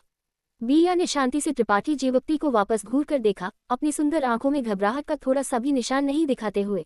एक पल के बाद त्रिपाठी जीवप्ती ने धीरे से सिर हिलाया। अगर वह दिन वास्तव में आता है तो मैं तुम्हें बताऊंगा। बिया एक पल के लिए जम गई, इससे पहले कि कड़वाहट से मुस्कुराए। धन्यवाद। अच्छा, मेरे पास सोचने के लिए कुछ है, तुम अब जा सकती हो। त्रिपाठी जीवप्ती ने अपना हाथ हिलाया। बिया ने विनम्रता से झुकाव किया और चली गई। उसका भाव अधिक और अधिक कड़वा होता गया क्योंकि वह जानती थी कि त्रिपाठी जीवप्ती के अंतिम शब्द बस काम चलाओ थे। उसका मन बदलने का कोई इरादा नहीं था। समय उड़ गया और लगभग 10 दिन बाद एक और व्यक्ति दुखद रूप से मर गया। इस बार ये गुईचंद के अधीनस्थों में से एक था, एक प्रथम कोटि संत राजा कोटि मास्टर। वह पहाड़ के किनारे पर सपाट मैदान पर ध्यान कर रहा था जब अचानक उसका शरीर एक खूनी कोहरे में फट गया। इस दूसरे व्यक्ति की मौत ने जो लोग अभी भी जीवित थे उन्हें और भी अधिक घबरा दिया। एक बार फिर वे त्रिपाठी जीवप्ती को ढूंढने गए और उससे एक रास्ता सोचने के लिए कहा। यहाँ तक कि युवी शांति, जो हमेशा गर्वित रही थी और अपना सिर झुकाने के लिए तैयार नहीं थी, उसके पास भी अपना सिर झुकाने और गुईजू को समझाने के लिए उससे विनती करने के अलावा कोई विकल्प नहीं था। त्रिपाठी जीवप्ती ने अनौपचारिक रूप से सहमत दी। हालांकि वह जानता था कि वह गुईजू को समझाने की कितनी भी कोशिश करे ये बेकार होगा। अब सबसे महत्वपूर्ण बात यह थी कि गुईजू को कुछ स्पष्ट उम्मीद दिखाई जाए, तभी वह खुश होगा, और एक बार जब वह खुश हो जाएगा तो वह मारना बंद कर देगा। त्रिपाठी जीवप्ती का स्टार शटल और वह 7 रंग के आसमान में उड़ गया। त्रिपाठी जीवप्ती अपने स्टार शटल के ऊपर क्रॉस लेग बैठा था, अपनी दिव्य चेतना धागों और अंतरिक्ष दिव्य चेतना को संघनन कर रहा था। दिव्य चेतना के शक्तिशाली धागे आगे कूद गए, अंतरिक्ष की मोहर को तोड़ दिया और दूरी के बंधनों से बच गए। एक एकल सोच के साथ त्रिपाठी जीवप्ती 1000 किलोमीटर को पार कर सकता था। जल्द ही त्रिपाठी जीवप्ती की आत्मा की दिव्य चेतना हिल गई। त्रिपाठी जीवप्ती ने 7 रंग के आसमान में गोता लगाया, अपनी आत्म चेतना को एक तीखे चाकू में बदल दिया, इस क्षेत्र की बाधा को तोड़ने के लिए बार बार हमला किया। अंतरिक्ष की ताऊ की उसकी समझ अब गुईजू से बहुत अधिक थी, जो उसे अराजक धाराओं में अपनी दिव्य चेतना को भेजने में सक्षम बनाती थी। त्रिपाठी जीवप्ती का चेहरा पीला था और उसकी दिव्य चेतना थोड़ी क्षतिग्रस्त थी। जल्दी से एक संत गोली अपने मुंह में डालते हुए त्रिपाठी जीवप्ती ने अपनी आत्मा की मरम्मत के लिए 6 रंग के आत्मा गर्माहट कमल की शक्ति को तेज किया। 1 और घंटे के बाद त्रिपाठी जीवप्ती ने एक बार फिर अपनी दिव्य चेतना जारी की। पहाड़ के अंदर अंधेरे पत्थर के कमरे में गुईजू मुस्कुराया। छोटे बच्चे, क्या तुम वास्तव में सोचते हो कि यह वृद्धस्वामी नहीं जानता कि तुम क्या कर रहे हो? अगर मैं तुम्हें कुछ दबाव नहीं देता तो तुम कोई प्रयास करने के लिए तैयार नहीं होते। मुझे उम्मीद है कि तुम इस बार अधिक ईमानदार रहोगे, अन्यथा इस वृद्धस्वामी को तुम्हें फिर से मारने के लिए दोष मत देना। इस वृद्धस्वामी ने पिछली 2 बार दया दिखाई, लेकिन इस बार मैं उन लोगों को मार डालूंगा जिनके साथ तुम्हारी कुछ दोस्ती है। मैं देखना चाहता हूं कि क्या तुम्हारा वास्तव में पत्थर का दिल है। उसकी आंखों में शेनतू, हेजाओ और हे मियाओ की आकृतियां अचानक दिखाई दी। साथ ही अलग अलग स्थितियों में तीनों लोगों के भाव बदल गए क्योंकि उन्होंने अपनी रीढ़ की हड्डी के नीचे एक ठंडक चलती हुई महसूस की। एक तरह की मौत की औरा उनके शरीरों को भर गई, जिससे वे अनियंत्रित रूप से कांप उठे। 7 रंग के आसमान में ऊपर त्रिपाठी जीवक्ति अपने स्टार शटल के ऊपर क्रॉस लेग बैठा था, अपने शरीर को स्थिर करते हुए, क्योंकि उसकी दिव्य चेतना आगे और पीछे भटक रही थी, अराजक क्षेत्र के माध्यम से आगे और पीछे चल रही थी। वह समय के बीतने को समझने में असमर्थ था, लेकिन वह लगातार अपनी दिव्य चेतना के साथ शून्य की जांच कर रहा था। 20 से अधिक बार कोशिश करने और 20 से अधिक बार अपनी दिव्य चेतना खो देने के बाद त्रिपाठी जीवक्ति के पास अभी भी कोई ठोस लाभ नहीं था। अगर यह कोई और होता तो वे इस तरह के पागल तरीके से छोड़ने का एक रास्ता खोजने में सक्षम नहीं होते, भले ही वे अधिक मजबूत होते। एक बार जब किसी की दिव्य चेतना बहुत बार और बहुत गंभीर रूप से क्षतिग्रस्त हो जाती है, तो यह परिवर्तनीय क्षति बन जाएगी, जिससे एक व्यक्ति गड़बड़ा जाएगा। 6 रंग का आत्मा गर्माहट कमल त्रिपाठी जीवक्ति की क्षतिग्रस्त दिव्य चेतना की मरम्मत करने में सक्षम था, जिससे उसे इस चिंता को खत्म करने की अनुमति मिली। एक निश्चित क्षण में त्रिपाठी जीवक्ति ने एक बार फिर अपनी दिव्य चेतना को सूखते हुए महसूस किया और निराशा का एक भाव दिखाए बिना नहीं रह सका, क्योंकि इस बार वह अभी भी सफल नहीं हुआ था। जैसे ही वह अपनी दिव्य चेतना को वापस लेने वाला था, त्रिपाठी जीवक्ति ने अचानक एक निश्चित दिशा में क्षेत्र में कुछ सूक्ष्म परिवर्तन देखे और अपनी सभी दिव्य चेतना को एक साथ इकट्ठा किए बिना नहीं रह सका और उस दिशा की ओर भेदी। अपने आश्चर्य के लिए इस बार उसकी दिव्य चेतना ने आसानी से एक बाधा को तोड़ दिया और उसकी दिव्य चेतना तुरंत 7 रंग के आसमान के कफन से मुक्त हो गई और इस पिंजरे जैसी अस्तित्व से भाग गई। जल्द ही त्रिपाठी जीवक्ति ने अनगिनत सुंदर सितारे देखे। इनमें से हर तारा एक उभरती हुई ऊर्जा निकालता था। कुछ बेहद ठंडे थे, कुछ आग की तरह गर्म थे, कुछ सितारों के पार घूमने वाले बवंडर से भरे हुए थे, और यहाँ तक कि एक विशाल प्राचीन पेड़ जैसा भी था जो तारामंडल में स्वस्थ रूप से बढ़ता था। अराजक गर्द। त्रिपाठी जीवक्ति चिल्लाए बिना नहीं रह सका, उसकी आंखें शानदार ढंग से चमक रही थी। ये पहली बार था जब उसने अपनी दिव्य चेतना के साथ अराजक गर्त में सफलता प्राप्त की थी। त्रिपाठी जीवक्ति उत्साहित महसूस किए बिना नहीं रह सका। यहाँ फंसे होने के कारण न केवल गुईजू चिंतित था, बल्कि त्रिपाठी जीवक्ति भी अधीर था। गुईजू के साथ इतना समय बिताने के बाद त्रिपाठी जीवक्ति को ऐसा महसूस हुआ जैसे उसका जीवन एक धागे से लटका हुआ है। अब जब उसने अराजक गर्त देखा तो उसने अस्तित्व की उम्मीद देखी। त्रिपाठी जीवक्ति वास्तव में उत्साहित था। अपने मनोभाव को शांत करते हुए त्रिपाठी जीवक्ति ने सावधानी से फिर से पुष्टि की कि जिस जगह पर उसकी दिव्य चेतना पहुंची थी वह अराजक गर्त था। इससे पहले कि सावधानी से अपनी दिव्य चेतना को वापस ले लिया, बहुत जल्दबाजी से काम करने की हिम्मत नहीं की। अपनी दिव्य चेतना को वापस लेने की प्रक्रिया में त्रिपाठी जीवक्ति ने एक मार्गदर्शक के रूप में रास्ते में अपनी दिव्य चेतना के कुछ धागों को छोड़ दिया। ये दिव्य चेतना धागे लंबे समय तक नहीं टिकेंगे। त्रिपाठी जीवक्ति ने अनुमान लगाया कि वे एक दिन से कम समय में पूरी तरह से गायब हो जाएंगे, लेकिन जब तक उसके पास मार्गदर्शन करने के लिए ये दिव्य चेतना धागे थे, उसे इस क्षेत्र के 7 रंग के आसमान में खो जाने की चिंता करने की जरूरत नहीं थी। उसे इस जगह को छोड़ने का पूरा विश्वास था। जल्द ही त्रिपाठी जीवक्ति ने अपनी दिव्य चेतना के शेष धागों को वापस ले लिया। उसका भाव अनिश्चित और संकोची था। वह दिव्य चेतना धागों द्वारा चिन्हित दिशा का पालन करना और सीधे इस जगह को छोड़ना चाहता था। हालांकि वह जानता था कि एक बार जब वह चला गया तो इस महाद्वीप पर हर कोई उसके कारण मर जाएगा। यह माध्यमिक था। हालांकि सबसे महत्वपूर्ण बात यह थी कि त्रिपाठी जीवक्ति को नहीं पता था कि क्या वह गुईजू द्वारा बाधा डाले जाने से पहले सफलतापूर्वक इस जगह को छोड़ सकता है। गुईजू ने अपनी बांह पर जो चेहरा निशान छोड़ा था, उसे देखते हुए त्रिपाठी जीवक्ति ने धीरे से आह भरी। खड़ा होते हुए त्रिपाठी जीवक्ति ने अपने दिल में बेचैनी को छोड़ दिया और पहाड़ के शिखर की ओर उड़ने के लिए अपना स्टार शटल बुलाया। एक पल बाद त्रिपाठी जीवक्ति वापस आया और सीधे उस पत्थर के कमरे तक गया जहां गुईजू रहता था। हमेशा की तरह अंधेरा और ठंडा। त्रिपाठी जीवक्ति पत्थर के कमरे के सामने खड़ा था। लड़के, ये कैसा चल रहा है? उसके आगमन पर ध्यान देते हुए गुईजू ने एक गहरी आवाज में पूछा। अंधेरे में उसकी आंखों की जोड़ी त्रिपाठी जीवक्ति पर टिकी हुई थी। उसके भाव में थोड़ा सा भी बदलाव याद करने के लिए तैयार नहीं थी। हम अब जा सकते हैं, त्रिपाठी जीवक्ति ने जवाब दिया। अप्रत्याशित रूप से गुईजू ने जवाब नहीं दिया, जैसे कि वह इस विशाल आश्चर्य से हक्का बक्का था, बोलने में असमर्थ था। थोड़ी देर के बाद उसने बुदबुदाया, वास्तव में। गुईजू की आवाज थोड़ी कांप गई, उसके दिल में उत्साह को प्रकट करते हुए। लड़के, तुम्हें पता होना चाहिए कि जो लोग इस वृद्ध स्वामी को मूर्ख बनाने की हिम्मत करते हैं, उनका क्या भाग्य इंतजार करता है। ये वृद्ध स्वामी इस दिन का बहुत लंबे समय से इंतजार कर रहा है। गुईजू ने एक कम आवाज में गरजा। मैं तुम्हें मूर्ख नहीं बना रहा हूँ, हम वास्तव में अब जा सकते हैं, त्रिपाठी जीवक्ति ने उदासीनता से कहा। हा हा हा हा। गुईजू अचानक हंसी में फट गया। उसकी हंसी गड़गड़ाहट की तरह गरज रही थी, जिससे पहाड़ के शिखर कांप उठे और चट्टानें गिर गईं। पहाड़ के आधे रास्ते में लू गुईचंद, युवी शांति और अन्य सभी डर में देखा। उन्हें नहीं पता था कि गुईजू क्या सोच रहा था, लेकिन उन सभी को ऐसा महसूस हुआ जैसे वे एक महान दुश्मन का सामना कर रहे थे और सुरक्षा की कुछ भावना ढूंढने के प्रयास में एक साथ इकट्ठा होने से खुद को रोक नहीं सके। अच्छा, मुझे पता था कि तुम इस वृद्ध स्वामी को निराश नहीं करोगे, लड़के। गुईजू की आकृति अचानक त्रिपाठी जीवक्ति के सामने दिखाई दी। उसका हाथ एक लोहे के घेरे की तरह त्रिपाठी जीवप्ती की बांह को पकड़ रहा था क्योंकि उसने अधीरता से कहा, चलो इस जगह को छोड़ दें। अपने उत्साह के कारण उसके हाथ की ताकत इतनी अधिक थी कि त्रिपाठी जीवप्ती की हड्डियां लगभग कुचल गई। जल्दी करने की जरूरत नहीं है। त्रिपाठी जीवप्ती ने संघर्ष किया और गुईजू के बड़े हाथ से मुक्त हो गया। जल्दी करने की जरूरत नहीं है, ये वृद्ध स्वामी जल्दी में है। गुईजू ने उस पर तिरछी नजर डाली, उसकी आंखें शत्रुता से भरी हुई थी। क्या तुम अभी भी कुछ योजना बना रहे हो? वरिष्ठ बहुत अधिक चिंता करते हैं, लेकिन इससे पहले कि हम जाएं, मुझे लगता है कि कुछ चीजें हैं जिन्हें मुझे स्पष्ट करने की जरूरत है, त्रिपाठी जीवप्ती ने धीरे से कहा। गुईजू की आंखों में एक अजीब रोशनी चमकी। उसका उत्साहित भाव अचानक शांत हो गया क्योंकि उसने धीरे से सिर हिलाया। बोलो, ये वृद्ध स्वामी सुन रहा है। त्रिपाठी जीवप्ती ने इसके बारे में एक पल के लिए सोचा इससे पहले कि कहा, हालांकि यह कनिष्ठ वरिष्ठ के चरित्र और वादों में विश्वास करने के लिए तैयार है, बस सुरक्षित रहने के लिए। ये कनिष्ठ पुष्टि करना चाहता है कि हम इस जगह को छोड़ने के बाद तुम मेरे साथ कुछ नहीं करोगे। गुईजू ने शरारत से मुस्कुराया, निश्चित रहना, अगर तुम इस वृद्ध स्वामी की इस जगह को छोड़ने की इच्छा को संतुष्ट कर सकते हो तो ये वृद्ध स्वामी तुम्हें कभी नुकसान नहीं पहुंचाएगा। यह इस वृद्ध स्वामी की जीवन भर की इच्छा है, मैं केवल इसके लिए तुम्हें धन्यवाद दे सकता हूँ, तो मैं तुम्हें कैसे नुकसान पहुंचा सकता हूँ? त्रिपाठी जीवप्ती की भान सिकुड़ गई क्योंकि उसने जल्दी से कहा, मुझे उम्मीद है, और मुझे उम्मीद है कि वरिष्ठ उस शपथ को याद कर सकते हैं जो उन्होंने पहले ली थी। हम इस वृद्ध स्वामी को याद है। गुईजू ने अपने सिर की ओर इशारा किया, मुझे ये स्पष्ट रूप से याद है। यह अच्छा है ना? क्या हम अब जा सकते हैं? त्रिपाठी जीवप्ती ने सिर हिलाया। गुईजू का चेहरा डूब गया क्योंकि उसने अधीरता से पूछा, तुम और क्या चाहते हो? मैं कुछ लोगों को अपने साथ ले जाना चाहता हूँ, ये बस रास्ते में है। गुईजू तुरंत समझ गया कि वह किसे अपने साथ ले जाना चाहता था और उदासीनता से कहा, जब तक वे इस वृद्ध स्वामी को बाधा नहीं डालते, इससे कोई फर्क नहीं पड़ता कि तुम उन सभी को अपने साथ ले जाते हो। वे तुम्हें बाधा नहीं डालेंगे। मुझे उन लोगों को बुलाने के लिए वरिष्ठ को परेशान करना होगा जिनका मैंने उल्लेख किया है। गुईजू ने रुचि से उसकी ओर देखा, किसे बुलाओगे? त्रिपाठी जीवप्ती ने तुरंत कुछ नामों की रिपोर्ट की और गुईजू ने दिव्य चेतना के साथ उन्हें बुलाने से पहले सिर हिलाया।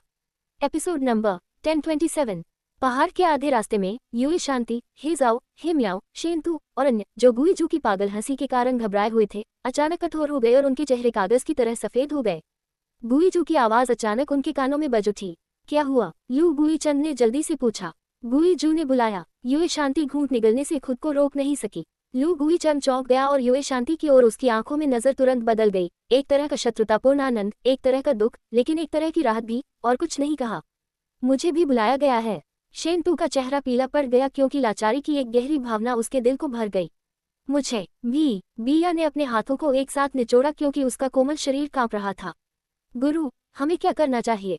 हे जाओ ने घबराहट में युई शांति की ओर देखा। युई शांति का दिल भी अराजकता में था और वह एक पल के लिए नहीं जानती थी कि क्या करना है। गुईजू के कारण जो 100 से अधिक लोग मर गए थे, उनमें से केवल कुछ ही बचे थे। आज गुईजू ने एक साथ इतने सारे लोगों को बुलाया था। केवल आकाश ही जानता था कि वह क्या करना चाहता था। ये एक आशीर्वाद है, अभिशाप नहीं। युई शांति ने कड़वाहट से मुस्कुराया और भागने के विचार को छोड़ दिया क्योंकि एक मूल राजा कोटी मास्टर के सामने उसके भागने का कोई रास्ता नहीं था। मेरे साथ आओ, अगर तुम वास्तव में आज मर जाते हो तो गुरु के पास रहो। उसने हे जाओ और हे मियाओ को प्यार से देखा और गुप्त रूप से अपनी 2 शिष्यों की रक्षा करने की शपथ ली। भले ही यह एक रथ को रोकने की कोशिश कर रहे एक टिड्डे की तरह था, वह संकोच नहीं करेगी।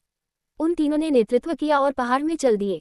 शेंतु और बिया ने एक नजर का आदान प्रदान किया और केवल असहाय रूप से पीछे चल सकते थे। उनके जाते हुए पीठों को देखते हुए बैंगनी तारा अभ्यासी में से एक लू गुईचंद के पास आया और कहा, गुरु, वे शायद वापस नहीं आ पाएंगे। लू गुईचंद ने धीरे से आह भरी और कड़वाहट से मुस्कुराया। मुझे नहीं पता कि उनके लिए खुश होना है या दुखी, लेकिन हम इस आपदा से फिलहाल बच गए हैं। अगली बार मुझे डर है। उसके आसपास इकट्ठा हुए 3 या 4 अधीनस्थों ने सभी ने उदासी भाव पहने थे। उन सभी ने सोचा कि इस बार बुलाए गए लोग मर गए थे। त्रिपाठी जीवप्ती पहाड़ के गलियारे में इंतजार कर रहा था और जल्द ही शेंतु और अन्य को आते देखा। धीरे से उनको सिर हिलाते हुए उसने तुरंत एक संदिग्ध भाव दिखाया और पूछा, तुम्हें क्या हुआ? तुम सभी बहुत दुखी लगते हो। शेंतु का मुंह सिकुड़ गया क्योंकि उसने अनिच्छा से कहा, उसे गुईजू ने बुलाया था।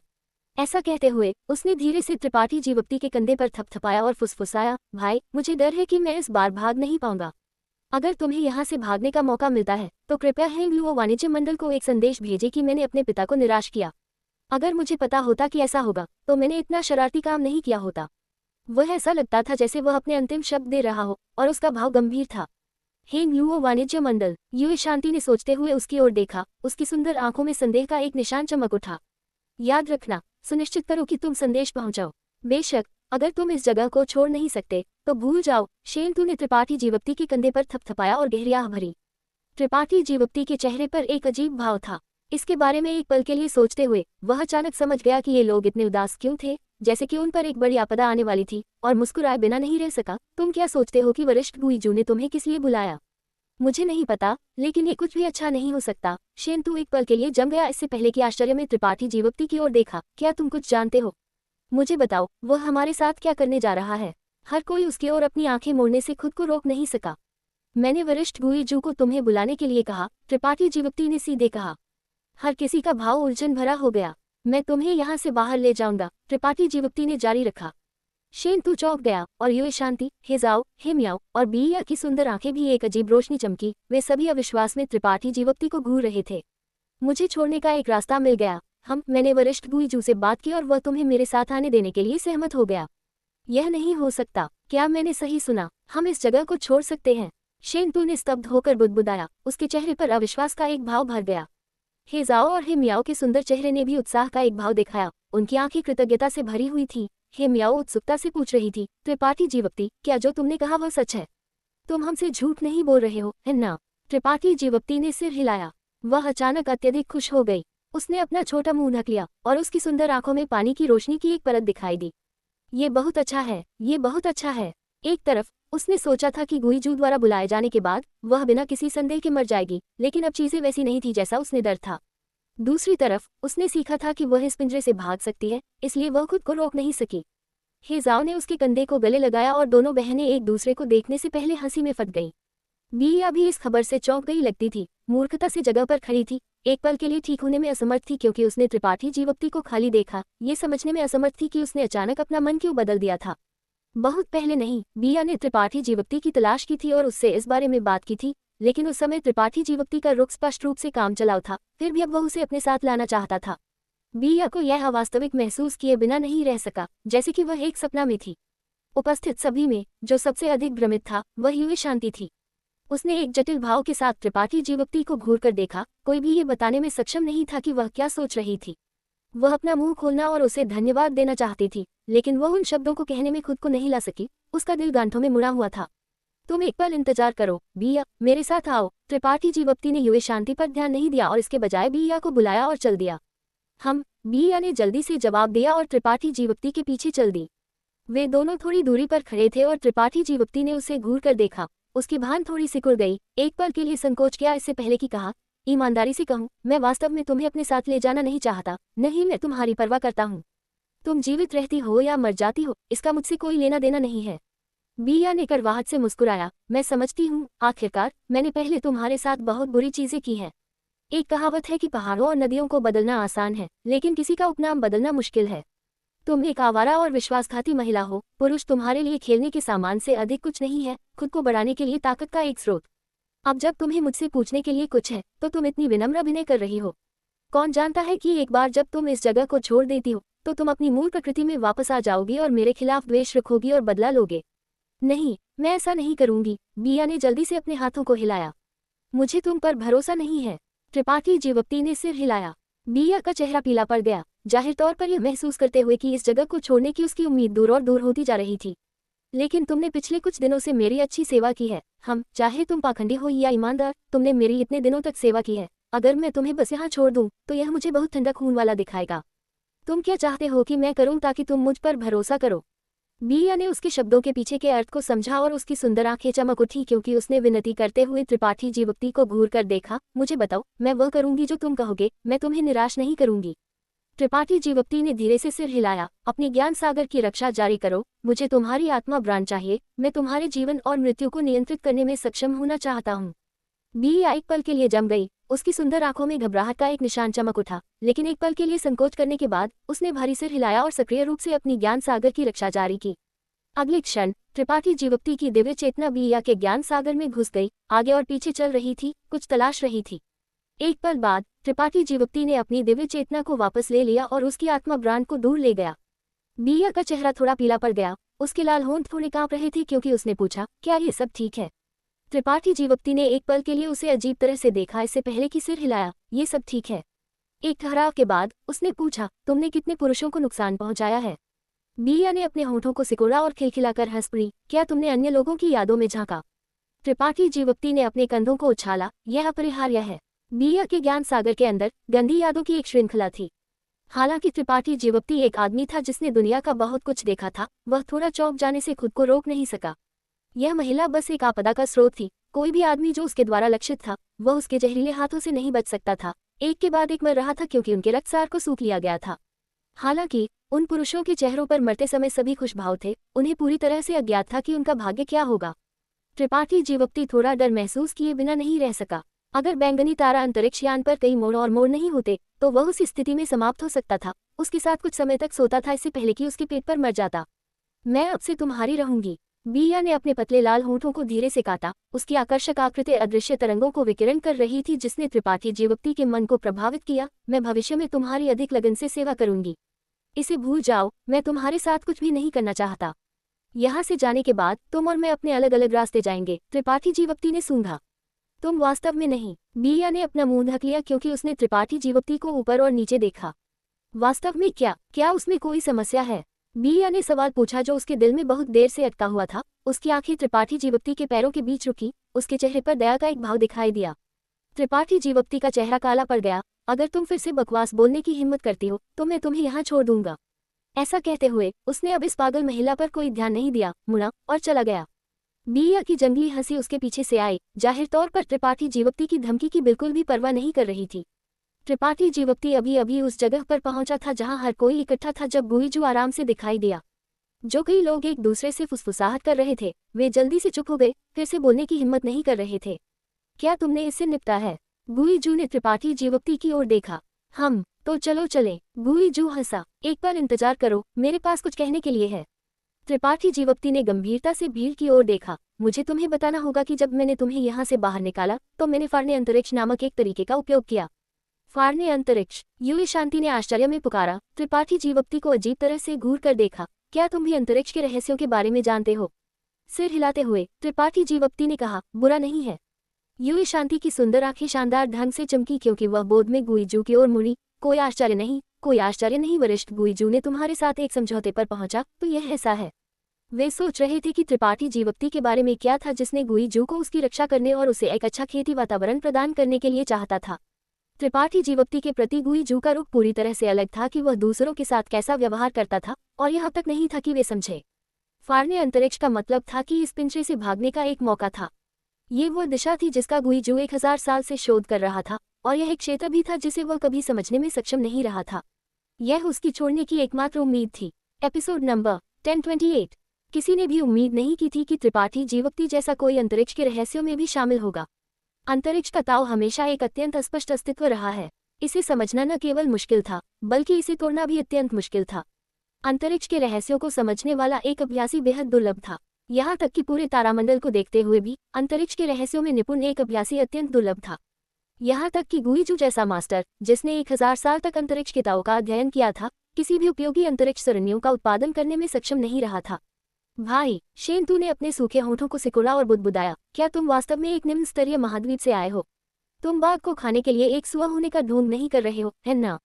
उसने वही सवाल पूछा जो हर कोई सोच रहा था। लगभग उन सभी के मन में वही विचार था, ये सोचते हुए कि त्रिपाठी जीवप्ती की पृष्ठभूमि असाधारण थी और वह केवल उन्हें धोखा देने के लिए एक अभिनय कर रहा था। त्रिपाठी जीवप्ती मुस्कुराया, अगर मैं एक निम्न स्तरीय महाद्वीप से नहीं आया होता तो मैं तारामंडल के सामान्य ज्ञान के बारे में इतना अज्ञानी नहीं होता। शेंतू ने इसके बारे में ध्यान से सोचा और धीरे से सिर हिलाया। ये सच है। जब से वह त्रिपाठी जीवप्ती से मिला था, त्रिपाठी जीवप्ती ने लगातार उससे सामान्य ज्ञान के बारे में सवाल पूछे थे। अगर यह सब सिर्फ एक अभिनय था तो ये बस बहुत अधिक था। लेकिन तुम वास्तव में काफी आश्चर्यजनक हो। शेंतू ने कड़वाहट से मुस्कुराया, तुम हमें ये सब अब क्यों बता रहे हो? क्योंकि तुम्हें दूर ले जाने के लिए मुझे तुम्हारे सहयोग की जरूरत है। त्रिपाठी जीवप्ती का भाव गरिमापूर्ण हो गया। मैं अंतरिक्ष को फाड़ सकता हूँ और तुम्हें एक रास्ता खोजने के लिए शून्य में ले जा सकता हूँ, लेकिन जो अंतरिक्ष में फाड़ता हूँ वह उस शून्य गलियारे से अलग है जो लंबे समय से आसपास रहा है। शून्य गलियारा स्थिर है और अंतरिक्ष में 2 बिंदुओं को जोड़ता है, जिससे लोगों को उनके बीच स्वतंत्र रूप से शटल करने की अनुमति मिलती है, लेकिन जो अंतरिक्ष में फाड़ता हूँ वह स्थिर है। हर किसी का भाव थोड़ा बदल गया, अचानक ये महसूस करते हुए कि चीजें उतनी सरल नहीं थी जितनी उन्होंने कल्पना की थी। छोड़ने का रास्ता कांटों से भरा हुआ लगता था। मैं चाहता हूं कि तुम मुझसे वादा करो कि तुम वहां अपनी किसी भी ताकत का उपयोग नहीं करोगे। त्रिपाठी जीवप्ती ने गंभीरता से हर किसी पर अपनी आंखें घुमाई, इससे पहले कि अंत में गुईजू पर टिकी। वरिष्ठ, तुम भी, क्योंकि एक बार जब तुम अपनी ताकत का उपयोग करते हो तो शून्य का अशांत प्रवाह और भी अधिक अराजक हो जाएगा। हमें सबसे अधिक संभावना है कि शून्य में कुछ अज्ञात दरार में निर्वासित कर दिया जाएगा, और एक बार जब हम ये निर्धारित नहीं कर सकते कि हम कहाँ हैं, तो मैं भी छोड़ने में सक्षम नहीं होऊंगा। ओह, गुईजू मुस्कुराया और सिर हिलाया। अच्छा, ये वृद्ध स्वामी अपनी ताकत का उपयोग नहीं करेगा। क्या तुम सभी ने इसे याद कर लिया है? त्रिपाठी जीवप्ती ने दूसरों की ओर देखा। हर कोई माथे पर बल डाला। और कुछ नहीं है, जब तक तुम मेरे पीछे चलते हो तुम ठीक रहोगे। त्रिपाठी जीवप्ती ने इसके बारे में ध्यान से सोचा और महसूस किया कि उसने वह सब कह दिया है जो उसे कहने की जरूरत थी। फिर उसने कहा, अगर तुम तैयार हो तो चलो चलें। जैसे ही उसने बात की, उसने अपना हाथ बाहर निकाला और शून्य में एक दरार फाड़ दी। वह दरार एक अदृश्य हाथ से खींची गई लगती थी और ये कई फीट चौड़ी थी। यह अंदर गहरा काला था, रोशनी का थोड़ा सा भी अंश नहीं था। हिंसक शून्य ऊर्जा अंदर टकरा गई और खींच गई, एक दलदल जैसे एक भयानक क्षेत्र का निर्माण किया। यह अतुलनीय रूप से अजीब था।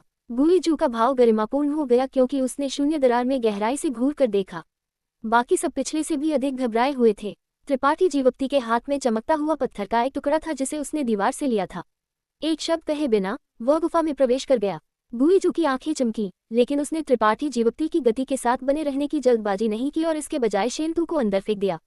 बिया शेंतू के पीछे बारीकी से चली, जबकि गुईजू बिना किसी जल्दबाजी के अंदर घुस गया। युए शांति की टीम के समूह को अपने पीछे धक्का दिया।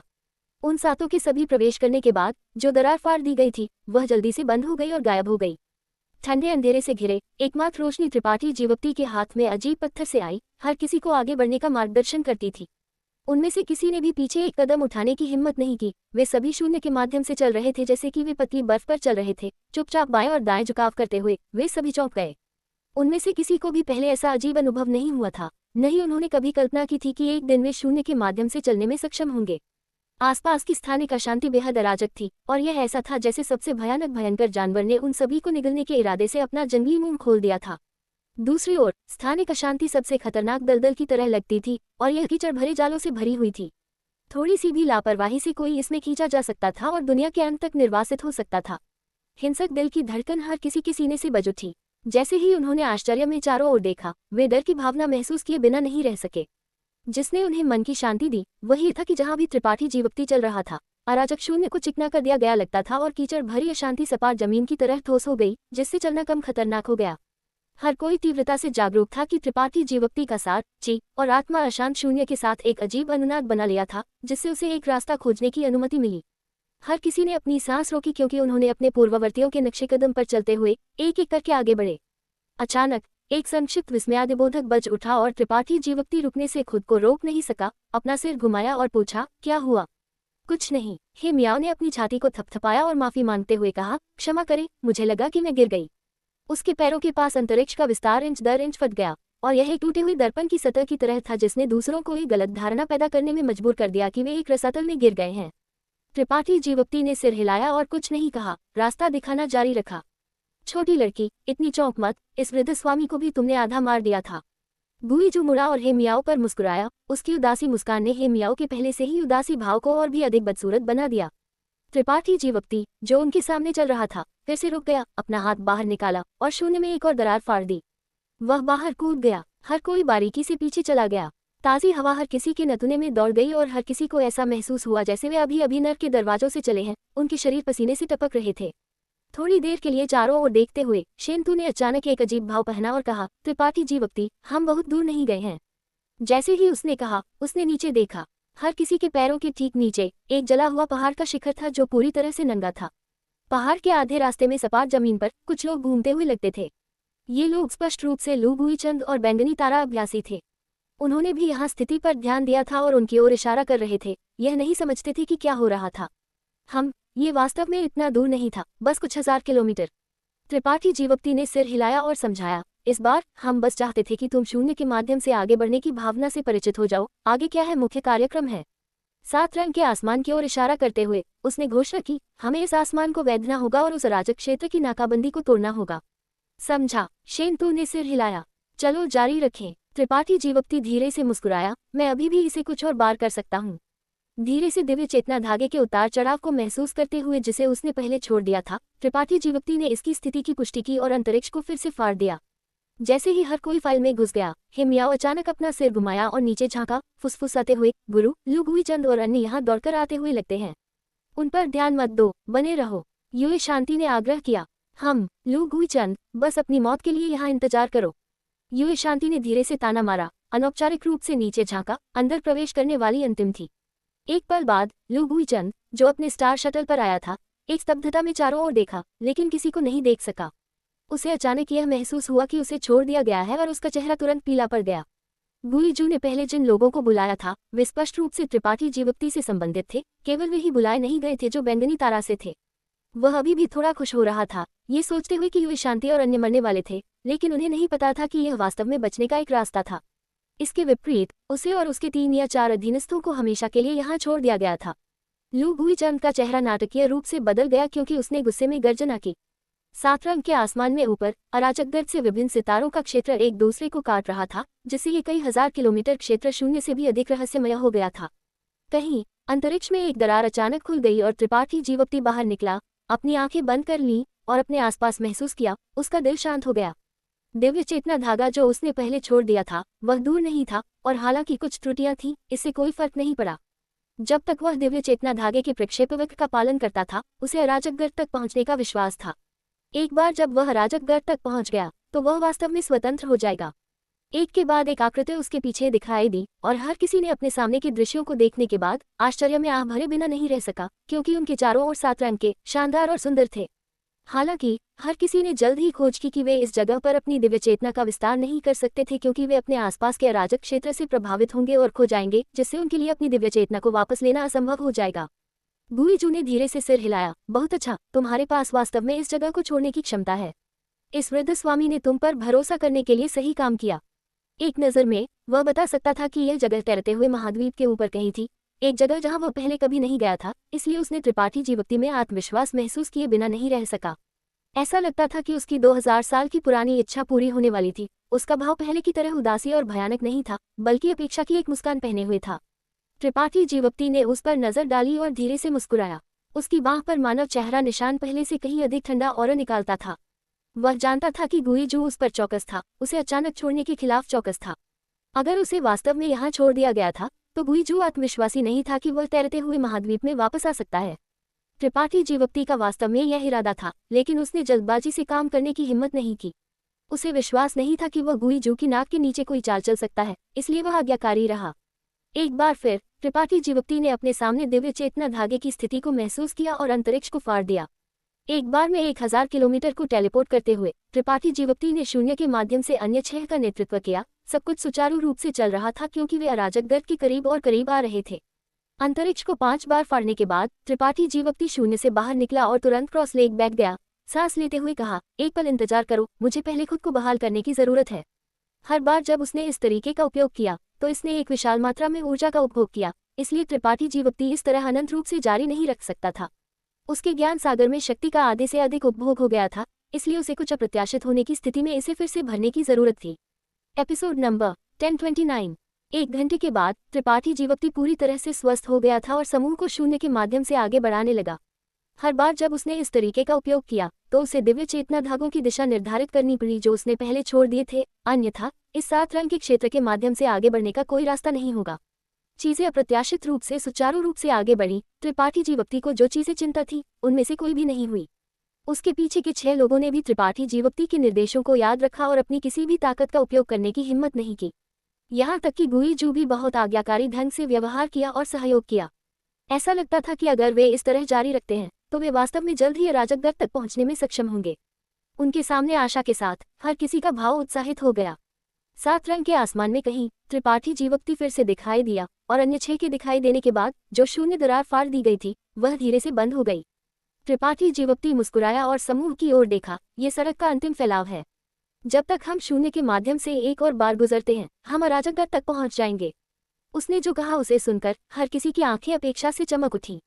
छोटे बच्चे, जल्दी करो, ये वृद्ध स्वामी बाहरी दुनिया को देखने के लिए इंतजार नहीं कर सकता। गुईजू मुस्कुराया और आग्रह किया, मुझे अभी भी खुद को बहाल करने की जरूरत है। त्रिपाठी जीवोक्ति ने धीरे से कहा, हम जल्दी करो। त्रिपाठी जीवोक्ति ने एक शब्द कहे बिना क्रॉस लेग बैठ गया। वह हर किसी से झूठ नहीं बोल रहा था, वास्तव में आगे सड़क का केवल एक अंतिम फैलाव था। जब तक उसने शून्य को एक और बार फाड़ दिया, उसे विश्वास था कि वह अराजक गर्त तक पहुंच सकता है, लेकिन इस क्षण में वह अभी भी थोड़ा असहज महसूस कर रहा था। यह असहजता गुईजू से आई थी। उसके पास इस पुराने राक्षस को रोकने का कोई अच्छा तरीका नहीं था जिसने 2000 साल से अधिक समय तक वादे करने से पहले वादे किए थे। वह केवल निष्क्रिय रूप से उस पर विश्वास करने और प्रार्थना करने के लिए चुन सकता था कि वह अपने शब्द पर वापस नहीं जाएगा। इस भावना ने त्रिपाठी जीवक्ति को बहुत असुविधाजनक बना दिया। वरिष्ठ, क्या तुम मेरे निशान पर इस निशान को वापस ले सकते हो? त्रिपाठी जीवक्ति ने अचानक अपनी आंखें खोली और गुईजू से कहा, तुम जल्द ही स्वतंत्र हो जाओगे, इसलिए मुझे अब और निगरानी करने की जरूरत नहीं है ना? गुईजू ने धीरे से हंसा और कुछ नहीं कहा। सिर हिलाते हुए त्रिपाठी जीवक्ति की बांह पर मानव चेहरा निशान से अचानक नाराजगी की एक लहर बाहर निकली और गुईजू के शरीर में दौड़ गई, जिससे निशान गायब हो गया। त्रिपाठी जीवक्ति का शरीर और मन हल्का हो गया, जैसे कि उसके कंधों से एक बोझ हटा लिया गया हो। लड़के, अपना काम ईमानदारी से करो और यह वृद्ध स्वामी तुम्हें कुछ नहीं करेगा, गुईजू ने धीरे से सूंघा। वरिष्ठ, कृपया मुझे क्षमा करें। त्रिपाठी जीवक्ति खिलखिलाकर हंसा, खड़ा हुआ और एक हल्की सांस ली। भीड़ की निगाहों के तहत उसने अनौपचारिक रूप से अंतरिक्ष को फाड़ दिया। वह प्रवेश करने और रास्ता दिखाने वाला पहला था। जैसे ही उसने अंतरिक्ष अशांति में कदम रखा, त्रिपाठी जीवक्ति का भाव अचानक गरिमापूर्ण हो गया। वह जगह पर खड़ा रहा और आगे नहीं बढ़ा। इसके बजाय उसने चुपचाप अपने आसपास महसूस किया। तुम किस लिए देर कर रहे हो? मुझे मत बताओ कि तुम इस अंतिम क्षण में किसी तरह की चाल चलने की कोशिश कर रहे हो। गुईजू, जो उसके पीछे चल रहा था, ने उसे अजीब तरह से अभिनय करते देखा और पुकारा। त्रिपाठी जीवक्ति ने जवाब नहीं दिया और महसूस करना जारी रखा। अचानक उसका चेहरा बदल गया क्योंकि उसने चिल्लाया, जल्दी जाओ, रुको मत। यहाँ अंतरिक्ष अशांति कहीं और से अधिक अराजक है। यह इसलिए होना चाहिए क्योंकि हम अराजक गर्त के करीब हैं। त्रिपाठी जीवक्ति का रूप, जैसे कि वह एक महान दुश्मन का सामना कर रहा था, ने अन्य 6 लोगों के चेहरे को पीला कर दिया क्योंकि उन्होंने जल्दी से उसके साथ बने रहने की कोशिश की। जहां भी त्रिपाठी जीवक्ति गुजरा, शून्य में अशांति को अस्थायी रूप से चिकना कर दिया जाएगा ताकि उन्हें अराजक अंतरिक्ष में नहीं खींचा जाए। लेकिन अब हर किसी ने फीका महसूस किया कि जहां भी उनके पैर गुजरे, जो जमीन चिकनी होनी चाहिए थी, वह कुछ चिपचिपी हो गई थी, उनके शरीरों को खींच रही थी। आसपास की शून्य बाधाएं भी जोरदार ढंग से झुक रही थी और अशांति टिड्डियों के एक झुंड की तरह थी, उनके आसपास आगे और पीछे चल रही थी, जिससे उन्हें अनजाने में थरथराना पड़ा। एस्टरिस्क कच, एस्टरिस्क, दरारों की एक श्रृंखला की आवाज किसी की आत्मा की गहराई तक पहुंचाई गई क्योंकि आसपास की अंतरिक्ष बाधाएं इस क्षण में फट गई लगती थी, एक के बाद एक शून्य दरार का निर्माण करती थी। इन शून्य दरारों से एक अतुलनीय चूषण बल निकला जो हर किसी को निगलना चाहता था। हालांकि उनमें से कोई भी अंतरिक्ष के रहस्यों में निपुण नहीं था, वे सभी जानते थे कि ये शून्य दरारें कितनी भयानक थीं। ये शून्य दरारें पूरी तरह से निराधार थीं और कोई नहीं जानता था कि वे तारामंडल के क्षेत्र में कहाँ मौजूद थीं। एक बार जब कोई एक में निगल लिया गया, तो संभावना थी कि कोई भी उन्हें फिर से ढूंढने में सक्षम नहीं होगा। इस प्रकार उन सभी ने त्रिपाठी जीवक्ति का पालन करने के लिए अपनी पूरी ताकत जुटा ली, पीछे गिरने की हिम्मत नहीं की। त्रिपाठी जीवक्ति का भाव गंभीर था क्योंकि उसने संकोच नहीं किया। उसकी आकृति जल्दी से आगे बढ़ रही थी, उसके सामने एक निश्चित स्थान पर पहुंच गई जहां उसने अपना हाथ बाहर निकाला और फाड़ दिया। शून्य बाधा को फाड़ दिया गया और इस आंसू से एक परिचित दृश्य हर किसी की आंखों के सामने दिखाई दिया। ऊर्जा से भरे विशाल सितारे अराजक गर्त के हर कोने में फैले हुए थे। वे हमेशा की तरह आकर्षक थे। अराजक गर्त, त्रिपाठी जीवक्ति का चेहरा चमक उठा और वह बाहर निकलने की तैयारी करने लगा। उस क्षण में शेंतु और बिया अचानक चिल्लाए, जैसे कि उनके पीछे कुछ अप्रत्याशित हुआ हो। उनकी चीखों को सुनकर त्रिपाठी जीवक्ति ने अपना सिर घुमाया और गुईजू को एक चिंतित भाव के साथ देखा। उसकी आकृति आगे हर किसी से पहले खतरे से भागने की तैयारी करते हुए झिलमिलाहट कर रही थी। हालांकि जैसे ही उसने अपनी ताकत को घूमना शुरू किया, पूरी शून्य दरार में अशांति उत्तेजित हो गई लगती थी और यह सब फट गया। त्रिपाठी जीवक्ति ने जिस स्थिरता को दबाने की कोशिश की थी, उसे एक पल में तोड़ दिया। इससे पहले कि गुईजू को बाहर निकलने का समय मिलता, उसका आधा शरीर एक शून्य दरार से निगल लिया गया, जिससे वह जगह पर जम गया। चाहे उसने कितनी भी जोर से कोशिश की, वह इस शून्य दरार से भागने में असमर्थ था। यूए शांति और उसका मास्टर, जो उसके पीछे चल रहे थे, उन्हें भी इस शून्य दरार से निगल लिया गया। जब त्रिपाठी जीवक्ति मुड़ा, तो उसने उन्हें एक याचना भाव फेंकते हुए देखा। उसने जीवन के लिए उनकी लालसा देखी और उसने उनका खालीपन देखा। यहाँ तक कि उन्होंने अभी भी त्रिपाठी जीवक्ति के पिछले निर्देशों का पालन किया और अपनी किसी भी ताकत का उपयोग करने की हिम्मत नहीं की। गुईजू को भी यह महसूस हुआ कि स्थिति बदतर हो गई है और उसकी उदासी भूची इस शून्य दरार से हिंसक रूप से मुक्त होने के प्रयास में बाहर निकल गई। हालांकि ये शून्य दरार एक दलदल की तरह थी और गुईजू की ताकत जितनी मजबूत थी, वह उतनी ही तेजी से डूब जाएगा, जिससे उसका पुराना चेहरा पीला पड़ गया। भाड़ में जाओ, शेंतु शाप दिए बिना नहीं रह सका। भाई त्रिपाठी, भागो। त्रिपाठी जीवक्ति का भाव उतार चढ़ाव हुआ क्योंकि उसकी आंखें संकोच और संघर्ष से भर गई।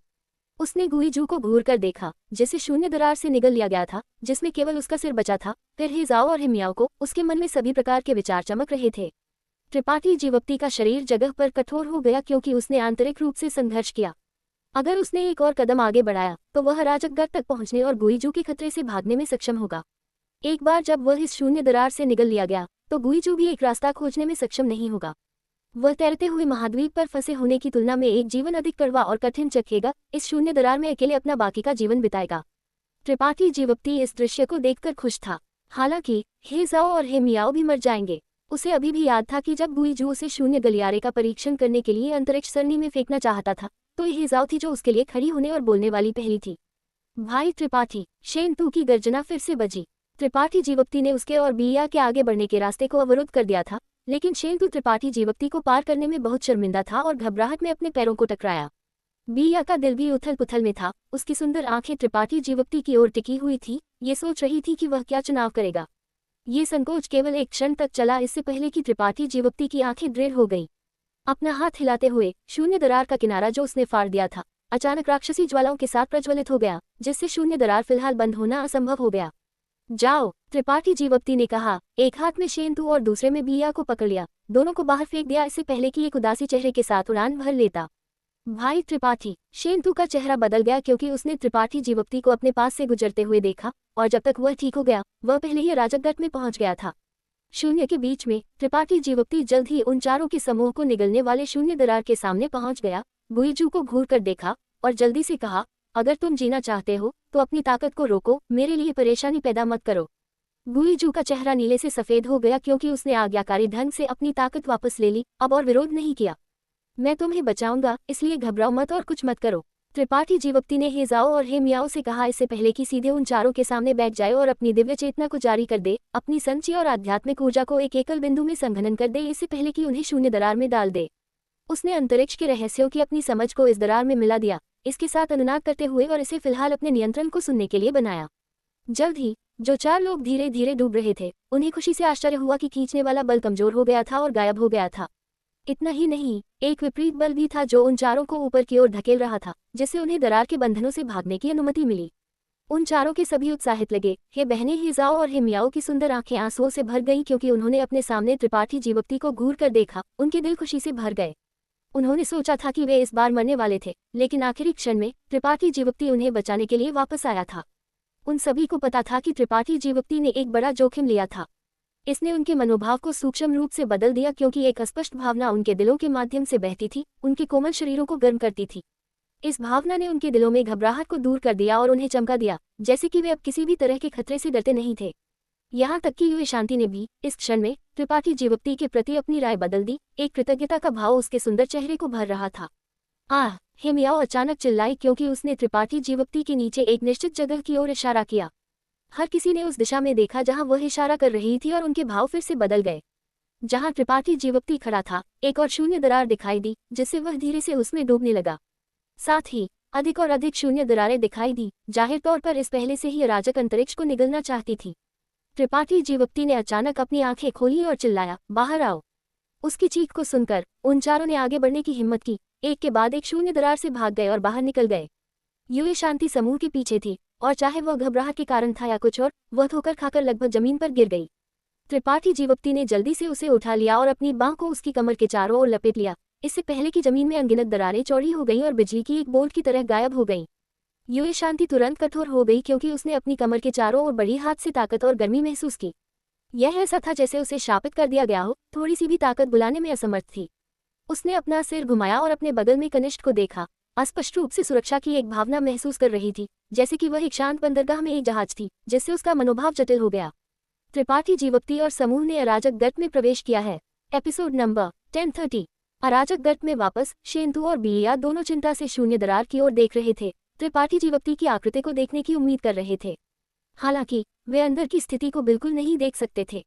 राक्षसी ज्वालाएं पहले ही बंद होना शुरू हो गई थी, लेकिन किसी के भागने का अभी भी कोई संकेत नहीं था। त्रिपाठी जीवप्ती और अन्य हमेशा के लिए अंदर फंसे हुए लगते थे। क्या उसके साथ कुछ हुआ हो सकता है? शेनतू ने बुदबुदाया। भाई त्रिपाठी की अंतरिक्ष के ताऊ की समझ पहले ही एक बहुत उच्च स्तर तक पहुंच चुकी है। उसके साथ कुछ नहीं हुआ होना चाहिए, है ना? तुम क्या सोचती हो? उसने बिया की ओर देखने के लिए मुड़ा। उम्मीद है कि वह उसके बयान की पुष्टि कर सकती है। मुझे नहीं पता। बिया ने सिर हिलाया। उसका मनोभाव भी बहुत जटिल था, लेकिन मुझे उम्मीद है कि उसके साथ कुछ बुरा नहीं होगा। अगर त्रिपाठी जीवप्ती वापस नहीं आया और शून्य से निगल लिया गया, तो आत्मा ब्रांड जो उसके नियंत्रण में था वह गायब हो जाएगा। एक बार जब उसका ब्रांड गायब हो गया तो वह मर जाएगी। स्वाभाविक रूप से वह नहीं चाहती थी कि त्रिपाठी जीवप्ती के साथ कुछ हो। वह बाहर आ रहा है। शेंतु अचानक चिल्लाया, उसका स्वागत करने के लिए आगे दौड़ता हुआ जब उसने एक आकृति को शून्य दरार से बाहर निकलते हुए देखा जो बंद होने वाली थी। वह गुई जू था। उसका चेहरा देखकर शेंतु ने असंतोष के साथ चिल्लाया, तुम कैसे हो सकते हो? भाई त्रिपाठी कहाँ है? उसके पीछे। गुई जू ने अपना सिर घुमाया और हिजाओ और हे मियाओ बहनों को बाहर निकलते हुए देखा। उसके बाद त्रिपाठी जीवप्ती और युए शांति थे। जैसे ही त्रिपाठी जीवप्ती चला गया, राक्षसी ज्वालाओं से जली हुई शून्य दरार फिर से बंद हो गई, बिना किसी निशान के गायब हो गई। हाँ, मुझे पता था कि भाई त्रिपाठी धन्य है, तुम्हारे साथ कुछ बुरा नहीं होगा। शेंतु दिल से हंसा, ईमानदारी से त्रिपाठी जीवप्ती के लिए खुश महसूस कर रहा था। ऐसा कहते हुए उसका भाव अचानक अजीब हो गया क्योंकि उसने बहुत रुचि के साथ त्रिपाठी जीवप्ती को घूर कर देखा। सार्थक रूप से खिलखिलाकर हंसा, जैसे कि उसने कुछ खोज लिया हो। उसके चेहरे पर एक स्पष्ट भाव दिखाई दिया। हर किसी की आंखें भी इस दृश्य पर इकट्ठा हो गईं, उनके भाव अजीब हो गए। त्रिपाठी जीवप्ती इस क्षण में युए शांति की कमर को पकड़े हुए था, लेकिन युए शांति विरोध नहीं कर रही थी। लगती थी उसकी गर्दन थोड़ी शर्मा रही थी क्योंकि उसके सुंदर चेहरे पर एक अस्वाभाविक भाव दिखाई दिया।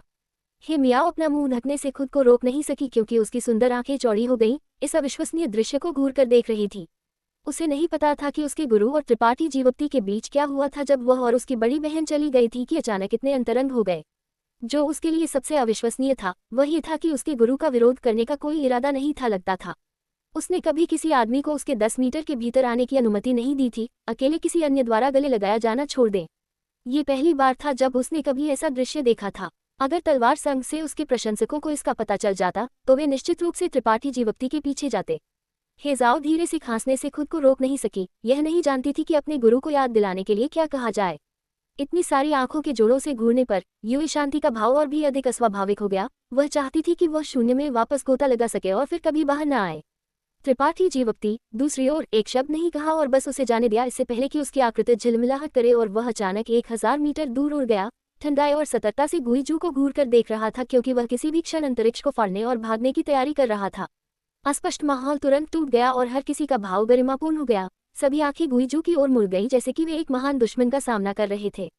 अब जब हर कोई तैरते हुए महाद्वीप को छोड़ चुका था और सफलतापूर्वक अराजक गर्त तक पहुंच गया था, तो गुई जू ने अपनी 2000 साल की पुरानी इच्छा पूरी कर ली थी। अगर वह इस समय अचानक उन पर हमला करता तो त्रिपाठी जीवप्ती के अलावा किसी और के पास बचने का कोई मौका नहीं होगा। विशाल तारामंडल में बाहर आसमान सितारों से भरा हुआ था और माहौल काफी दबावपूर्ण और तनावपूर्ण था। गुई जू धीरे से मुस्कुराया क्योंकि उसके उदासी आंखों का जोड़ा 1000 मीटर दूर त्रिपाठी जीवप्ती को घूर रहा था। कोई भी ये बताने में सक्षम नहीं था कि वह क्या सोच रहा था। हिंसक दिल की धड़कन हर किसी के सीने से बज उठी, एक ड्रम की धड़कन की तरह। लड़के, तुम किस लिए डर रहे हो? गुई जू ने पूछा। त्रिपाठी जीवप्ती का मुंह सिकुड़ गया क्योंकि उसने स्पष्ट रूप से कहा, मुझे डर है कि वरिष्ठ अपने शब्द पर वापस जाएंगे। क्या ये वृद्ध स्वामी इतना अविश्वसनीय है? गुई जू ने ठंडाई से सूंघा। केवल तुम्हारे शब्दों के आधार पर ये वृद्ध स्वामी तुम्हें 1 दर्जन बार मार सकता है। यह मत सोचो कि सिर्फ इसलिए कि तुम अंतरिक्ष को फाड़ सकते हो, तुम इस वृद्ध स्वामी के हथेली से भाग सकते हो। तुम्हारी ताकत बहुत कमजोर है। मैं तुम्हें शुरू करने से पहले ही रोक सकता हूँ। मुझे विश्वास है कि वरिष्ठ के पास ऐसी ताकत है, लेकिन अगर तुम वास्तव में कोशिश करते हो तो ये कनिष्ठ बस बैठकर और मौत का इंतजार नहीं करेगा। त्रिपाठी जीवप्ती ने गंभीरता से कहा। वरिष्ठ गुई जू, ये देखते हुए कि भाई त्रिपाठी ने अपना वादा पूरा किया और सफलतापूर्वक तुम्हें उस जगह से बाहर निकाला, तुम। शेंतु ने समझाने की कोशिश की, लेकिन इससे पहले कि वह खत्म कर पाता, गुई जू ने उसे ठंडाई से घूर कर देखा, जिससे शेंतु का भाव दर्द से भर गया क्योंकि उसने अपना सिर पकड़ लिया और बुरी तरह से हाउल किया। त्रिपाठी जीवप्ती का भाव थोड़ा बदल गया। वरिष्ठ, युए शांति ने पुकारा। गुई जू ने फिर से उसकी ओर देखने के लिए मुड़ा, जिससे युए शांति का चेहरा पीला पड़ गया क्योंकि उसने शेंतु की तरह दर्द में चीखना शुरू कर दिया। ये वृद्ध स्वामी गुई जू है। ये वृद्ध स्वामी कभी भरोसेमंद व्यक्ति नहीं रहा है। मुझ पर भरोसा करना तुम्हारी सबसे बड़ी गलती थी। गुई जू ने सूंघा। उसका शरीर अचानक धुंधला हो गया, जिससे त्रिपाठी जीवप्ती को खतरे की एक भावना महसूस हुई और उसने जल्दी से अपनी ताकत को धक्का दिया। लेकिन इससे पहले कि वह अंतरिक्ष को फाड़ पाता, एक उदासी औरत ने उसके शरीर पर हमला किया, जिससे वह चलने में असमर्थ हो गया। गुई जू, जो गायब हो गया था, उसके सामने फिर से दिखाई दिया, उसे नीचे देख रहा था। इस वृद्ध स्वामी का वास्तव में तुम्हें मारने का इरादा था जब तुमने मुझे उस जगह से बाहर निकाला। तुम्हें पता होना चाहिए कि क्यों। क्योंकि तुम कभी वास्तव में मेरे साथ सहयोग नहीं करना चाहते थे। गुईजू मुस्कुराया। क्या तुम सोचते हो कि यह वृद्ध स्वामी नहीं जानता कि तुम क्या योजना बना रहे हो? अगर इस वृद्ध स्वामी की ताकत तुम्हारे ऊपर नहीं होती तो कोई भी अन्य संत राजा कोटी या यहाँ तक कि मूल लौटने कोटी का अभ्यासी तुम्हारे द्वारा मारा गया होता। त्रिपाठी जीवप्ती ने कुछ नहीं कहा क्योंकि गुईजू ने जो कहा वह सच था। यह इसलिए था क्योंकि गुईजू की ताकत बहुत अधिक थी कि त्रिपाठी जीवप्ती के विभिन्न विचारों को महसूस नहीं किया जा सका। आधे कप चाय के समय पहले इस वृद्ध स्वामी ने बस वही करने की योजना बनाई थी। गुईजू का भाव अचानक बदल गया और अजीब हो गया। लेकिन अब इस वृद्ध स्वामी ने अपना मन बदल दिया है। कोई बात नहीं, तुमने मुझे बचाने के लिए अपना जीवन जोखिम में डाला। हालांकि वह तुम्हारा इरादा नहीं था और यह बस कुछ ऐसा था जो तुमने उन लड़कियों को बचाने के लिए किया था। अगर यह वृद्ध स्वामी वास्तव में तुम्हें मार देता तो ये बहुत अकृतज्ञ होता और केवल उसे एक हंसी का पात्र बनाता। इस वृद्ध स्वामी को दूसरों पर एहसानमंद होना पसंद नहीं है। तुम मुझे बाहर लाए और मुझे बचाया, इस वृद्ध स्वामी को बदला लेने का एक मौका दिया, इसलिए ये वृद्ध स्वामी तुम्हारे जीवन को बख्शेगा। त्रिपाठी जीवप्ती की आंखें चमक उठी क्योंकि उसने आश्चर्य में गुईजू को घूर कर देखा। आश्चर्यचकित, क्या तुमने सोचा कि यह वृद्ध स्वामी कोई ऐसा था जिसका मानव दिल नहीं था? त्रिपाठी जीवप्ती ने माथे पर बल डाला और एक पल के लिए संकोच किया इससे पहले कि कहा, कनिष्ठ ने ऐसा नहीं सोचा। वरिष्ठ 2000 साल पहले की रंजिश को याद रखने में सक्षम है। संभवतः तुम्हारे पास अभी भी एक मानव दिल है। शायद 2000 साल पहले वरिष्ठ अभी भी एक अच्छा व्यक्ति था। हा, गुईजू जोर से हंसा। एक अच्छा व्यक्ति? ये वृद्ध स्वामी उस समय वास्तव में एक अच्छा व्यक्ति था, लेकिन 2000 साल की अकेलेपन के बाद किसी भी अच्छे व्यक्ति का चरित्र बदल जाएगा। लड़के, क्या तुम इस वृद्ध स्वामी का पालन करना चाहते हो? गुईजू चिल्लाया क्योंकि उसने त्रिपाठी जीवप्ती को जलती हुई आंखों से घूर कर देखा। ये वृद्ध स्वामी सोचता है कि तुम काफी आंखों को भाने वाले हो। अगर तुम इस वृद्ध स्वामी का पालन करते हो तो यह वृद्ध स्वामी तुम्हें गारंटी दे सकता है कि पूरे तारामंडल में कोई भी तुम्हें शर्मिंदा करने की हिम्मत नहीं करेगा। ये वृद्ध स्वामी तुम्हें खेती भी सिखा सकता है ताकि तुम सबसे कम समय में मूल लौटने कोटी तक पहुंच सको। तुम्हारी योग्यता के साथ मुझे डर है कि इसमें 100 साल भी नहीं लगेंगे। त्रिपाठी जीवप्ती ने इसके बारे में सोचा भी नहीं और सिर हिलाया। वरिष्ठ की दयालुता की सराहना की जानी चाहिए, लेकिन कनिष्ठ ऐसा जीवन जीना नहीं चाहता। तुम इस वृद्ध स्वामी को अस्वीकार करते हो? गुईजू ने कुछ आश्चर्य के साथ त्रिपाठी जीवप्ती की ओर देखा। तुम इस वृद्ध स्वामी को अस्वीकार करने की हिम्मत करते हो? क्या तुम इस वृद्ध स्वामी को नीचा दिखाते हो?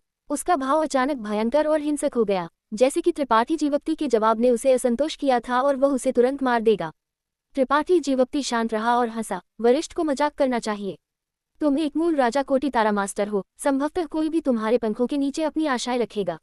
कनिष्ठ तुम्हारी बहुत प्रशंसा करता है, तो वह तुम्हें कैसे नीचा दिखा सकता है?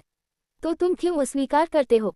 त्रिपाठी जीवप्ती ने माथे पर बल डाला और एक पल के लिए संकोच किया इससे पहले कि कहा, कनिष्ठ एक ग्रीन हाउस में एक फूल की तरह बढ़ना नहीं चाहता। वह बहुत नाजुक है और हवा और बारिश का सामना नहीं कर सकता है। मुझे वरिष्ठ के शब्दों पर विश्वास है। तुम्हारे मार्गदर्शन के साथ मैं 100 साल से कम समय में शून्य चरण पर लौटने में सक्षम हो जाऊंगा। हालांकि शायद उस तरह के वातावरण में बढ़ने के बाद शून्य चरण पर लौटना मेरी सीमा होगी। अगर मैं वरिष्ठ के जैसे एक उच्च खेती आधार का पीछा करना चाहता हूँ, मुझे खुद को तेज करने और लड़ने की जरूरत होगी। गुईजू का मूल रूप से असंतोष भाव अचानक बदल गया क्योंकि उसने त्रिपाठी जीवप्ती को अनुमोदन में देखा और धीरे से सिर हिलाया। जो तुम कहते हो वह समझ में आता है, इसलिए यह वृद्ध स्वामी तुम्हें मजबूर नहीं करेगा। अगर एक दिन तुम्हें एक रास्ता मिलता है तो तुम किसी भी समय मुझे ढूंढने आ सकते हो। इस वृद्ध स्वामी का नाम जल्द ही पूरे तारामंडल में गूंजने लगेगा, इसलिए तुम्हें मुझे ढूंढना बहुत मुश्किल नहीं होगा। तो ये कनिष्ठ वरिष्ठ को उसके बदले को प्राप्त करने और 1000 साल पुरानी रंजिश को समाप्त करने में शुभकामनाएं देता है। त्रिपाठी जीवप्ती ने अपने हाथों को जोड़ा। इस वाक्य ने गुईजू के दिल के साथ एक तार मारा, जिससे वह खुशी से मुस्कुराया। छोटे बच्चे, तुम बात करना जानते हो। मेरे लिए तुम्हारे प्रति इस वृद्ध स्वामी की राय अधिक से अधिक आंखों को भाने वाली हो रही है। इसे भूल जाओ, इस चीज को लो। इस वृद्ध स्वामी के लिए इसका कोई उपयोग नहीं है। इसे मेरा जीवन बचाने के लिए धन्यवाद मानो। ऐसा कहते हुए उसने अपना हाथ झटका और एक अंधेरा वस्तु अचानक त्रिपाठी जीवप्ती की ओर उड़ गई। त्रिपाठी जीवप्ती ने इसे लिया और ध्यान से इसकी जांच की। उसे यह जानकर आश्चर्य हुआ कि यह वास्तव में एक टोकन था। इस टोकन पर एक एकल चरित्र उत्कीर्ण था, सम्राट का सम्राट। ये चरित्र एक अत्यंत दबावपूर्ण और निकालता था जिसने त्रिपाठी जीवप्ती को लगभग सांस लेने में असमर्थ बना दिया। एक तारा संघ टोकन। त्रिपाठी जीवप्ती चिल्लाया। उसे अभी भी याद था कि यह टोकन गुईजू ने युए शांति के अंतरिक्ष रिंग से ढूंढा था। जब ये टोकन दिखाई दिया तो युए शांति, लू गुईचंद और अन्य सभी पीले पड़ गए। उसने ये भी महसूस किया कि ये तारा संघ टोकन एक उत्कृष्ट खजाना था जिसे हर कोई लालच देता था।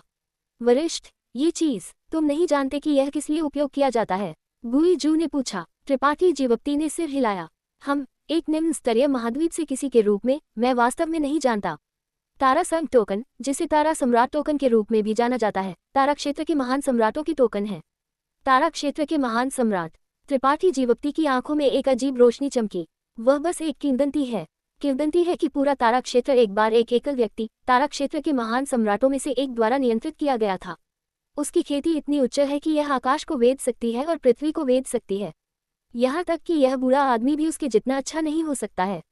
जब उसने तारा क्षेत्र को नियंत्रित किया तो उसने 10 तारा सम्राट टोकन का उत्पादन किया, जिनमें से प्रत्येक ने उसकी एक दिव्य तकनीक, एक सितारे को नष्ट करने में सक्षम एक दिव्य तकनीक को बंद कर दिया। त्रिपाठी जीवप्ती पीला पड़ गया, उसकी आंखें फैल गईं क्योंकि उसने महसूस किया कि लू गुई चंद, युए शांति और अन्य इस तारा सम्राट टोकन पर क्यों लड़ रहे थे, अच्छी तरह से समझते हुए कि यह तारा सम्राट टोकन कितना कीमती था। गुई जू ने त्रिपाठी जीवप्ती को तारा सम्राट टोकन की शक्ति के बारे में बताया है। क्या आप चाहेंगे कि मैं वर्णन करूं कि गुई जू ने अपनी पुरानी रंजिश का बदला लेने के लिए आगे क्या किया और त्रिपाठी जीवप्ती ने क्या प्रतिक्रिया दी?